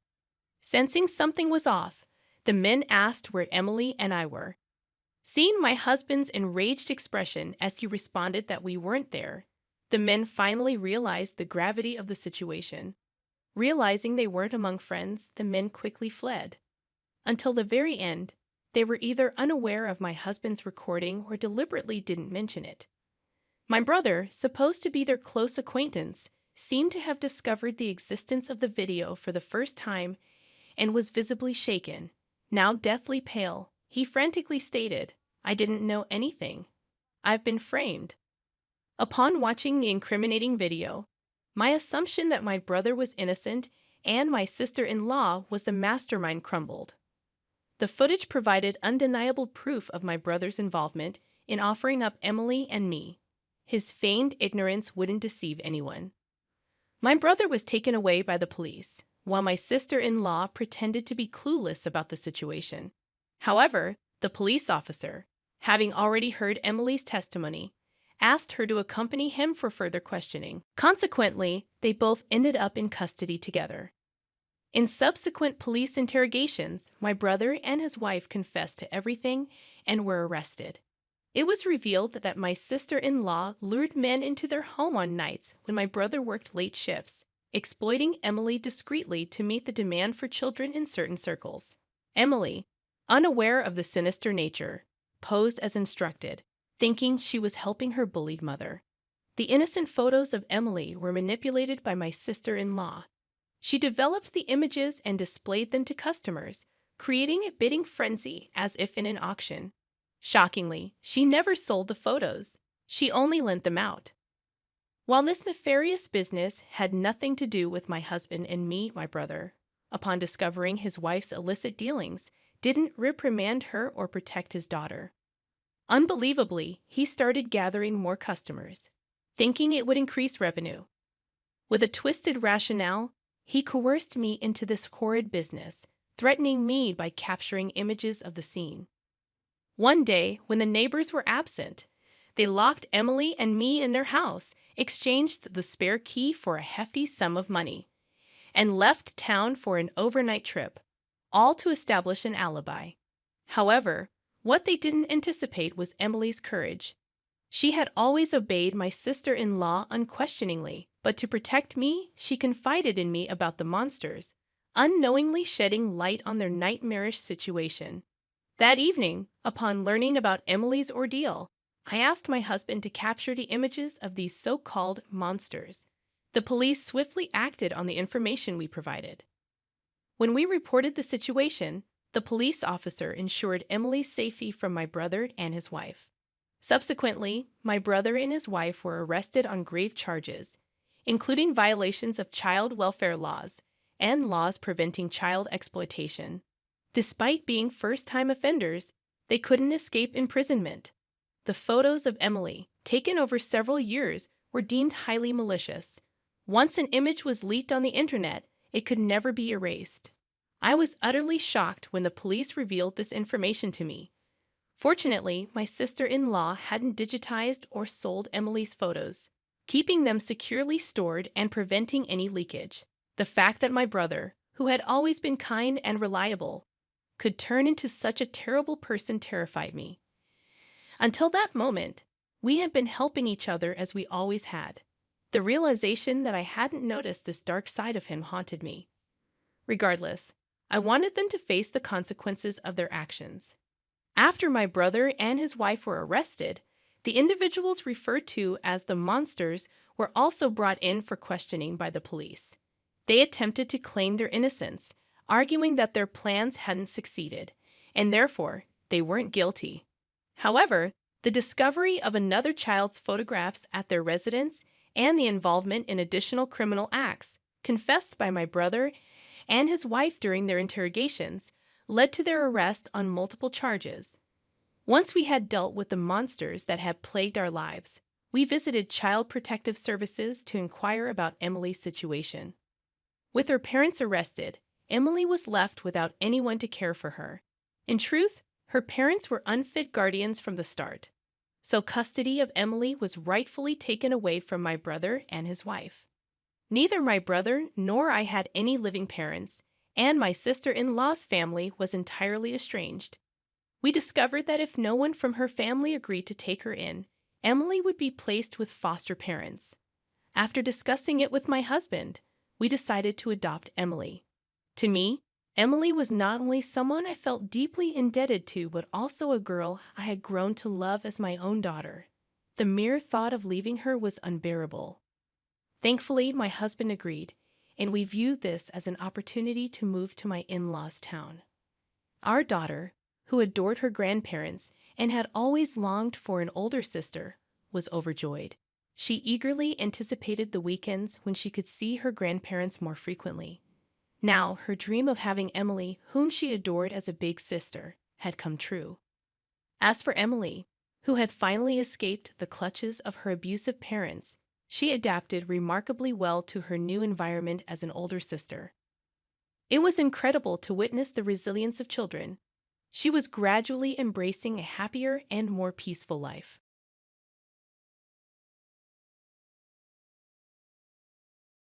"I'll be staying over tonight, so please accommodate us," she said. "Excuse me, I've mentioned before that I'm watching a play nearby tonight. Since it ends late, I suggested we all stay here during her son's absence," I explained. The mother-in-law arrived unexpectedly with 7 friends, seemingly disregarding my situation. She acted as if everything was settled and said, "But you'll be back soon, right? We'll just drop our stuff and head out for a while. Can you prepare dinner and sleeping arrangements for us?" Having endured the mother-in-law's brazen behavior without confrontation for so long, I finally reached my limit. "I can't. I have a trip planned starting now." "What trip? Who are you going with?" Her surprised response came as a shock to the usually non-confrontational me. Having had enough of her excessive harassment, I finally drew the line. "Please give me back that necklace." It was time for the mother-in-law to face the consequences of her actions. I introduced myself as Michelle Gorman, a 30-year-old housewife. After getting married, I used my administrative experience to work as a computer class instructor. My husband, Mike, served as the president of his father's subsidiary, keeping him busy most days, though he sometimes appeared deep in thought. I cherished our favorite movie dates when he'd say, "I feel lighter when I'm with you." I wished I could ease his burdens and offer advice, but expressing my opinions had always been a struggle for me. Since I was young, I preferred listening to others over talking about myself. My older brother, 4 years my senior, always looked out for me. I used to resent this about myself, but Mike's reassurance had boosted my confidence. Mike also had an older brother who served as the vice president in their father's company. His wife, Mindy, was close in age to me, and we got along well. She was a career-driven woman, both reliable and kind. I admired how she stood her ground and expressed her opinions while remaining understanding and adaptable. Witnessing her confront the mother-in-law had been truly impressive. However, since they lived far away, I regretted not being able to see them often. On the other hand, the mother-in-law behaved with the air of a company president's daughter, always confident, but her stubbornness and arrogance were evident. She often reprimanded me, overwhelming me with her pressure. "Michelle, you're the wife of Mike, the president. You should quit being a computer instructor and fully support your husband," she'd say. Mike would back me up, but she'd remain displeased. I sometimes felt relieved that we lived apart. I hoped for a peaceful life with Mike and eventually being blessed with children. However, Mike's father's sudden passing from a heart attack changed everything. It was hard for everyone to accept, yet Mike and his brother had to think about the company's future. Mike decided to stay in New York for a while, and I returned home, anxiously waiting for his call. With added responsibilities on their shoulders, I worried about the two of them. After discussions with his brother, it was decided that Mike would transfer to the New York headquarters, while his brother became the president and Mike was appointed vice president. We searched for a house in New York, settling on a pre-built single-family home, even though it was a bit far from the station. It provided a sense of security and good sunlight, promising a comfortable life with Mike. As Mike had to work late due to the handover tasks, I made sure to create a comfortable environment at home for him to rest properly. I also prepared balanced lunches, wanting to do everything I could to support him. A month flew by in this manner. One evening, Mike arrived home and said, "I'm hungry. Thanks for working so late. I'll get dinner ready. Thanks, Michelle. My mom mentioned she wants to come over this weekend. Is that okay?" I had been worried that she might be feeling down since my father-in-law passed away, so hearing this was a relief. Of course, we still have some areas to tidy up, but she's more than welcome. Thanks, I'll let her know. Oh, maybe I should invite my brother and his wife too. Yeah, that sounds good, I replied, even though it felt a bit inappropriate. Moving here had made it easier for me to frequently meet Mindy, my sister-in-law, which was a pleasant surprise. That weekend, we all gathered to catch up on the current situation and share memories of my father-in-law. It was really sad that Dad was gone, but I felt I shouldn't be down forever, so I started taking up a hobby. Seeing my mother-in-law's cheerful face brought relief. She always carried herself with elegance, wearing beautiful dresses and lovely accessories. Today, she looked stylish with a pale purple scarf that stood out. She seemed to have lost a little weight, but her firmness in advising Mike and his brother on company matters hadn't changed. However, since my father-in-law's passing, I noticed that her strict remarks towards me increased. "Michelle, we're running low on drinks. Could you go buy some, Jessica?" "I can go get them," I offered. "Oh, can you? That would be helpful," she replied, but I sensed that she was more commanding towards me than she was with Mindy. I thought she might be struggling with the loss of her husband, so I decided to observe and let her comments slide for a while. After dinner, Mike drove everyone home, and the night came to an end. Since then, for some reason, my mother-in-law began visiting our home frequently. She started criticizing my housework and complaining about Mindy. Moreover, she began going through our fridge without permission, which left me stunned. "Michelle, Mike's so busy right now. You should pay more attention to the meals you prepare for him. What if he collapses too? And there's still trash here. Can't you clean up perfectly?" It continued like this, and it felt as though she was picking on me just to pass the time. But when Mindy would visit, she'd quickly leave, saying she had other things to do. She claimed it wasn't because she disliked me, but I felt otherwise. Perhaps she found it easier to assert herself over me, who rarely countered, than over Mindy, who always spoke her mind. I contemplated finding a job to spend less time at home, but even after finding one, the harassment from my mother-in-law intensified. "Michelle, we ran out of barbecue sauce at our place. Get some, please. While you're out, I brought a container with me, so let me take some leftovers," she said casually. Her audacity sometimes left me dumbfounded. She could just as easily buy premium ingredients from an upscale store. Then, an incident occurred.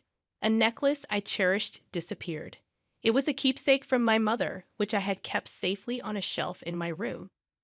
The only person I could think of was my mother-in-law, who frequently visited. Though I didn't want to suspect her, she often looked around our home and probably knew where most things were. Despite searching everywhere, it remained missing, so I decided to confront her about it. That's when she responded with a fierce yell. "You probably lost it yourself. How dare you suspect me? What kind of person are you?" "I'm sorry, I searched everywhere I could think of, but I couldn't find it. It's a keepsake from my mother, and it means a lot to me." More than the anger I felt towards being accused, I was devastated about losing my mother's keepsake, and tears began to roll down. "I don't care, it's just a necklace." "Why don't you just have Mike buy you a new one?" she retorted. I realized she wouldn't understand my feelings and decided not to discuss it further. However, incidents kept occurring where money from my wallet and other items around the house would go missing. Though I kept a watchful eye on my mother-in-law's actions, I never saw her take anything. Confused and emotionally exhausted, I confided in many who asserted that my mother-in-law was definitely the prime suspect. No one else had access to our home. The realization saddened me, yet there was no concrete evidence of her theft, and I couldn't understand why she would do such a thing, especially since she continued to live a lavish lifestyle from the inheritance left by my father-in-law. Seeing my distress, Mindy made a suggestion. Little did I know at the time where this would lead. About 2 weeks after speaking to Mindy, "I'll be off then, Michelle. Just relax and enjoy your trip, okay? Be careful." Mike and his brother were going on a business trip to meet with a company from another state. Knowing about their trip, Mindy thought it was the perfect opportunity for me to take a break. "It might be a good time for us to take a break," Mindy said, inviting me on a short vacation. Recently, I have been mentally and physically drained, so the idea of a getaway was appealing. I packed early and placed my travel bag near the entrance, waiting for departure time. Suddenly, the doorbell rang.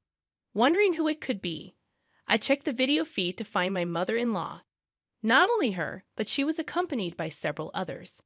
"Hello, Michelle. I brought some friends. Please open up," she said. Opening the front door, I found my mother-in-law and about 7 of her friends, all carrying large bags. Were they going somewhere? "We're staying here tonight. Make us comfortable." "Excuse me, didn't I mention it? We're seeing a play nearby tonight, and since it ends late, we're all staying here." This was news to me, and my departure time was approaching. "Oh, did I inconvenience you? I heard from Jessica that you were open to having us." I hadn't heard anything of the sort, and it seemed she was making up the story as she went along.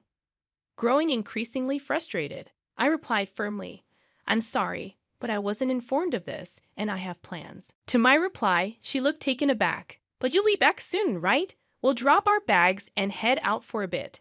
Just prepare dinner and sleeping arrangements for us," she said, ignoring the fact that I had plans. I knew I couldn't let this slide. "I can't. I'm going on a trip." "A trip with whom?" "With Mindy." "Oh, just with Mindy? You can go any time. We've come all this way just for today. How long are you going to make us wait?" Just then, I noticed something glinting around her neck.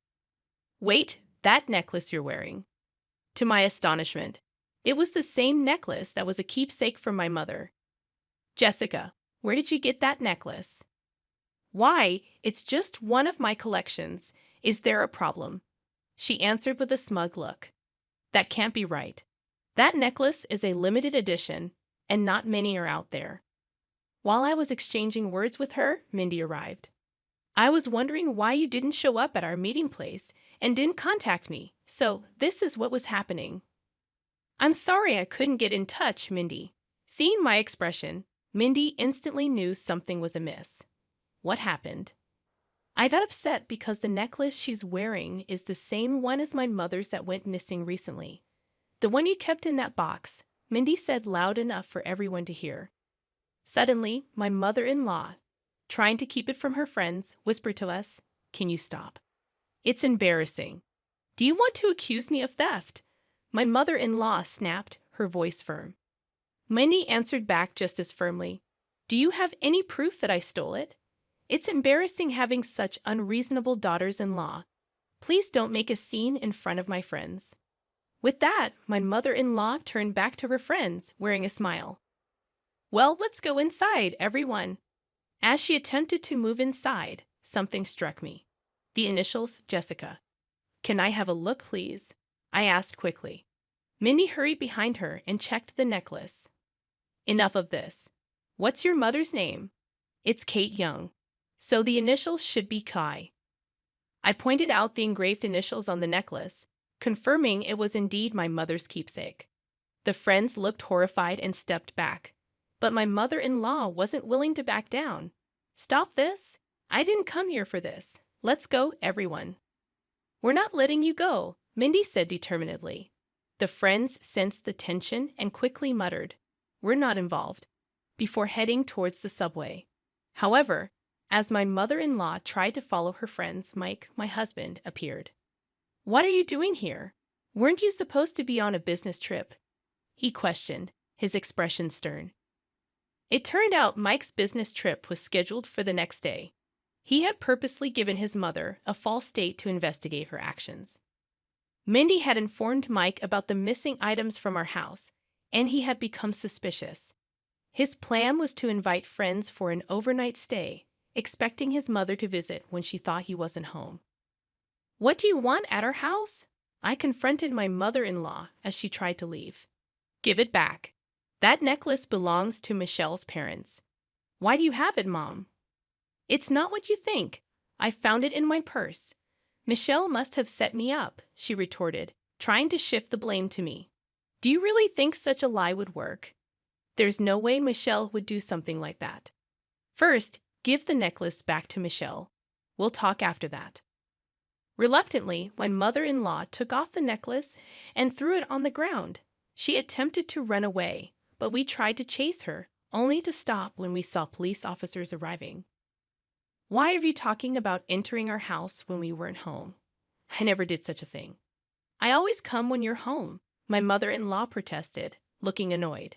The police officers explained that a local resident had reported someone sneaking into our backyard and entering the house when the owners were away.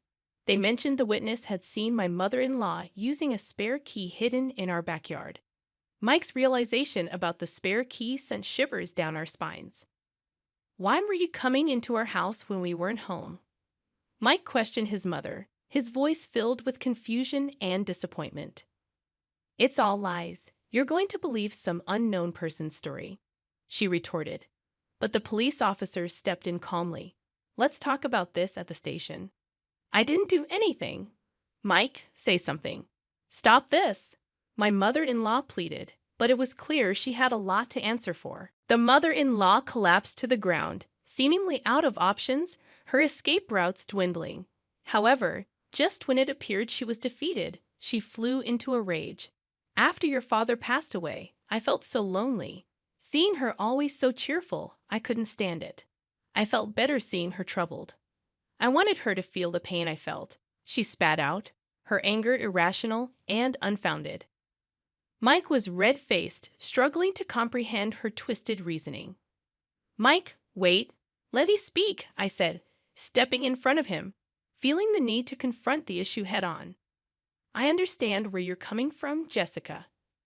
Perhaps I've been neglectful by always brushing off our talks. However, stealing is a different matter entirely. Did you want to upset me? Don't be ridiculous. Did you find joy in pushing someone to their limits with such a twisted and dirty scheme? Did that fill the void of your loneliness? Shut up. What do you know about me? If you're feeling down, then tell us. We can't read minds. Don't make fun of me. Why would I tell you anything, you worthless daughter-in-law? She snapped back. Mom, Michelle's right, Mike said, trying to calm the situation, but his words fell on deaf ears. Seeing that the situation wasn't progressing, the police intervened, suggesting they move to the station. Are you really going to take me in? I can't believe this, she protested, resisting arrest. Despite her resistance, given the eyewitness accounts of her unlawful entry and suspicion of theft, the police decided to question my mother-in-law. She was promptly arrested on charges of unlawful entry and theft. She continued to protest, demanding a lawyer and refusing to eat the food given to her. However, during visitation, her father exploded in anger, urging her to deeply reflect on her actions. To that, her attitude completely changed. She cried and apologized, seemingly accepting the reality. Perhaps losing her husband had left her searching for her place. Were her fancy clothes and jewelry merely armor to keep herself strong? I began to wonder if her different attitudes towards me and my sister-in-law were attempts to mask her vulnerabilities. However, her excessive desires and inability to control them were a separate issue. Making wrong judgments had led to this unfortunate incident. I was surprised to see the event escalate to this magnitude. Realizing that she had been using the spare key to enter our house without our knowledge genuinely terrified me. Later, I found out that the couple living diagonally across from us had reported her. The wife, who works from home, had noticed my mother-in-law entering our yard suspiciously multiple times and found it odd. I'm nothing but grateful for their brave actions. Since then, we've been leading a peaceful life. To be safe, we changed our locks and stopped hiding a spare key in the yard. Mike severed ties with his mother and made her promise not to contact us ever again. If she attempted to, he warned of legal action. After her release, she returned to her rural childhood home and is reportedly leading a humble life. a stark contrast to her past lavish lifestyle. Being watched by her father, she helps around the house from early morning. I truly hope she reevaluates her past excessive actions. Meanwhile, my own father has moved in with us. In case my mother-in-law decides to pay another unexpected visit, he's here to ensure my safety. But there's another reason he's with us. I'm currently expecting our first child. Anticipating the birth of his grandchild, my kind father, and the support of Mike make me want to be a mother who embodies both tenderness and strength. While money and possessions can provide a sense of fulfillment, it's the presence of loved ones that truly fills the heart. We're discussing living arrangements and surrounded by those dear to us. We aim to protect our peaceful daily lives.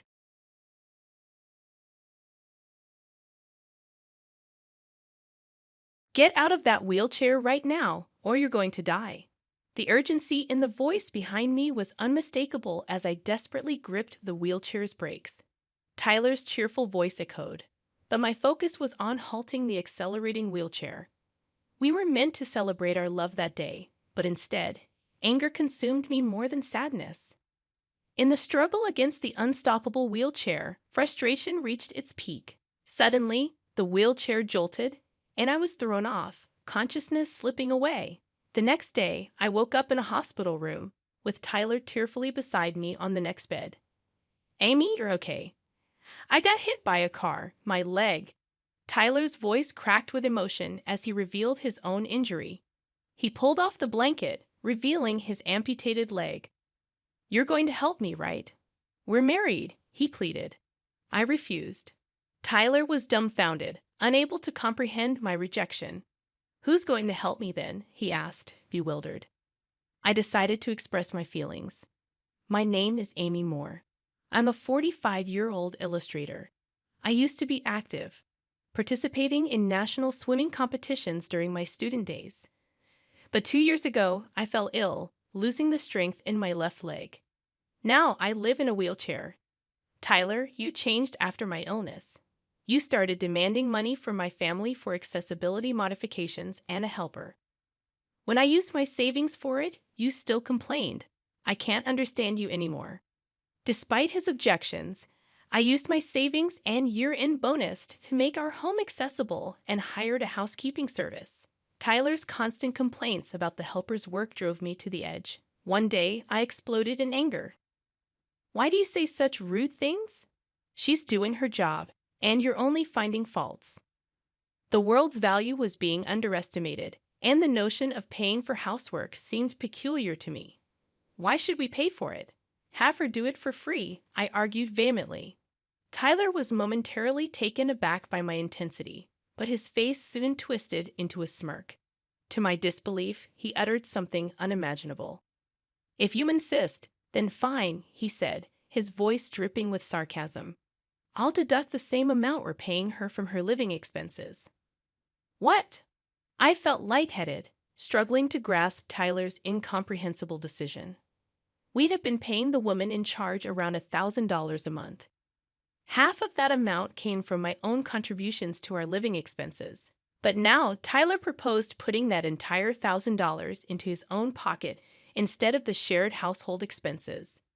Our budget was already strained, and if Tyler didn't contribute, I would have to cover the shortfall. In other words, my out-of-pocket contribution would skyrocket from $500 to $1,500, effectively tripling. Holding my temples in frustration, I shot back. "If you deduct $1,000, your contribution to the living expenses becomes $500. Where am I supposed to find the extra $1,000? "Well, it's your decision, so you should pay for it. You're earning, aren't you?" Tyler retorted callously, unfazed by my distress. Unbelievable. It was true that after falling ill, I had bravely ventured into independence and was managing, but my income was only slightly higher than what I earned as a company employee. Another deduction of $1,000 would wipe out my savings entirely. However, Tyler showed no signs of relenting. "Fine, but promise me one thing," he said cheerfully, completely indifferent to my anxiety. "Make sure you save that $1,000 properly. Got it?" With a sinking feeling, I agreed. but beneath the facade of compliance, nothing but anxiety gnawed at my insides.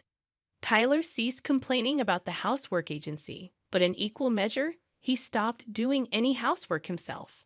Hey, even though we're hiring the housework agency, we should still handle the daily chores, I implored, hoping for some semblance of shared responsibility. Ha! Was all Tyler replied, dismissing my concerns with an indifferent shrug. What are you talking about? We're paying them, so let them do it, Tyler said dismissively, his attitude growing more distant. He started leaving the house more frequently, and when we did interact, his expressions were filled with disgust. The thought of divorce started to cross my mind. One day, out of the blue, he suggested, "Hey, want to go see the cherry blossoms in the botanical garden?" Cherry blossoms. We had barely spoken for 2 months. His sudden invitation left me bewildered. We'd just been passing by each other lately. I thought it'd be nice to talk while enjoying the beautiful flowers, he said, attempting a smile. Relieved by the prospect of conversation, I agreed hesitantly. As we strolled, he pushed my wheelchair, and we engaged in trivial conversation, which somewhat eased my troubled heart. Maybe our recent discord was because we hadn't been communicating enough. Just as I began to entertain that idea, Tyler dropped a bombshell. You know, I'm out of money. I really need your insurance money soon. What? I barely heard his words as my wheelchair suddenly started descending a slope, pushed forcefully by Tyler. Panicked, I desperately reached for the brakes. You better get out of that wheelchair fast, or you're gonna die. Tyler's cheerful voice echoed from behind, even as I struggled to stop the accelerating wheelchair. Fueled by anger, I pulled the wheelchair's brakes with all my strength. The wheelchair screeched to a halt, but it was too late. The tire had caught on something, and I was thrown from the wheelchair. There was a loud noise, and then darkness swallowed my consciousness. When I woke up the next day, I was in a hospital room. Glancing sideways, I saw Tyler crying on the next bed. After a while, he noticed I was awake and spoke with a fake smile. Amy, you're safe. I was hit by a car, and my leg. His emotions escalated, and he tore off his blanket, revealing his body with only one leg attached. You'll help me, right? We're husband and wife, after all, he implored. I refuse, I replied firmly. Tyler was left speechless, unable to comprehend my refusal. Why would you refuse to help me? He stammered. Why should I take care of someone who pushed me down a hill just to get insurance money? I exclaimed, letting out all the pent-up emotions.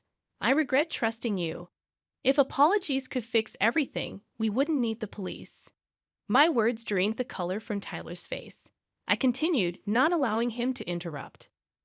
Weren't you supposed to be saving $1,000 a month for me? What happened to that? I asked accusingly. I am doing that, he replied, his voice shaky. Oh, really?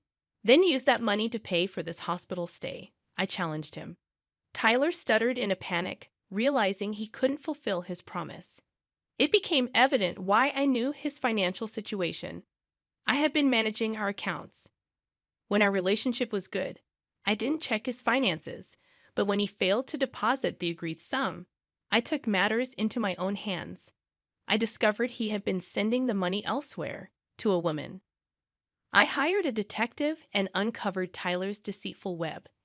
Not only had he cheated on me, but he had also fathered a child with his affair partner. The money he had been diverting was meant as child support for this 4-year-old girl.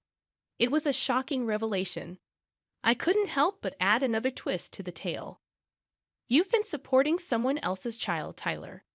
Have you been visiting her? I questioned, enjoying the shock registering on his face.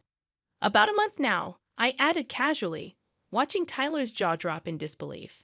He had been living a lie, unaware that the child he thought was his own wasn't biologically related to him. What are you talking about? She's my child. Tyler protested, confusion etched across his face. His belief in the situation was so strong that I couldn't help but burst into laughter. You really thought I was the reason we couldn't have kids? I said between fits of laughter, his naive expression fueling my amusement. That's a lie. Tyler's face drained of color. In reality, we've been undergoing infertility treatments for 3 years since our marriage, I revealed, explaining that Tyler was the reason we couldn't conceive. But I kept it from you, following my father-in-law's advice. He feared it would shatter you emotionally. Tyler was left stunned, processing the truth. The reality was far different from the world he had constructed in his mind. In his disbelief, Tyler reached for his smartphone and dialed someone's number, probably his affair partner. "Hey, did you have an affair? Is the child not mine?" he shouted into the phone. Listening to his heated conversation, I couldn't suppress a chuckle. "Did you have an affair too?" Tyler accused, his voice growing sharper. But my laughter drowned out his words. The call was abruptly cut off from the other end, leaving Tyler fuming. He tried repeatedly to reconnect, but his attempts were in vain. Frustrated, he muttered about his affair partner's greed, seemingly forgetting my presence. I interrupted his tirade. "Sorry to interrupt your heated conversation, Tyler, but we're not done talking." His eyes widened in dread, realizing that the conversation was far from over. Tyler's realization that I was there seemed to jolt him back to reality. I regained control of the conversation with a smile, asking, "Do you recall signing the papers when we decided to save the $1,000 you spent?" Huh. Tyler's demeanor showed his clear intention to renege on his agreement. I sighed, unsurprised by his attitude. It appeared he had planned to back out from the start. I grabbed my smartphone from the table and showed him a photo. "See, it's written here. In case of misuse, divorce, and the entire amount spent up to the discovered month will be paid to the wife, Amy." "That wasn't there," Tyler protested, his frustration evident. "Oh, but it's properly checked, and there's a signature too, isn't it?" "It's even notarized," I countered calmly. Tyler's frustration grew, and he appealed to me desperately. "Come on, Amy, I was just possessed. Please don't mention divorce. Besides, I can't afford such a large sum. Divorce is too extreme. I can't handle it. The divorce is settled. However, you can pay the spent amount in installments," I replied, my tone unyielding. Seeing my resolve, Tyler tried to portray himself as the victim. He pleaded, but his pleas fell on deaf ears. I sighed and gestured toward the figure lurking at the hospital room entrance. "Please come in, Dad." Upon seeing his father-in-law, Tyler shouted, "My father-in-law, please listen. This is all a misunderstanding." My father-in-law's face turned crimson, his eyes glaring at Tyler. "This marks the end of our relationship," he declared, glaring at Tyler before turning to me with an apology. "I'm truly sorry. I won't ask for forgiveness, and it's fine if you don't. Please file a complaint. I'm just glad Amy is safe. Thank you." Tears welled in his eyes, dropping onto my bed. I shot Tyler an accusatory glare, holding him responsible for making my beloved father-in-law endure this ordeal. "What? Don't you feel anything seeing this? It's your fault. Always spending money, earning more than me, and your wealthy family is miserly. I don't know why I married you," I whispered, my voice laced with deep resentment. The beautiful memories we shared seemed tarnished, tainted by his actions. Tyler looked taken aback, observing the depths of my loathing. In an attempt to mask my pain, I forced a smile. "Well, marrying for money and ending up with repayment. Quite a sad story, isn't it?" "Shut up. I won't pay," Tyler retorted defiantly. "Too bad. Payment is non-negotiable," I stated firmly. My father-in-law, wearing a menacing expression, addressed Tyler. "I will be watching you until the payments are completed."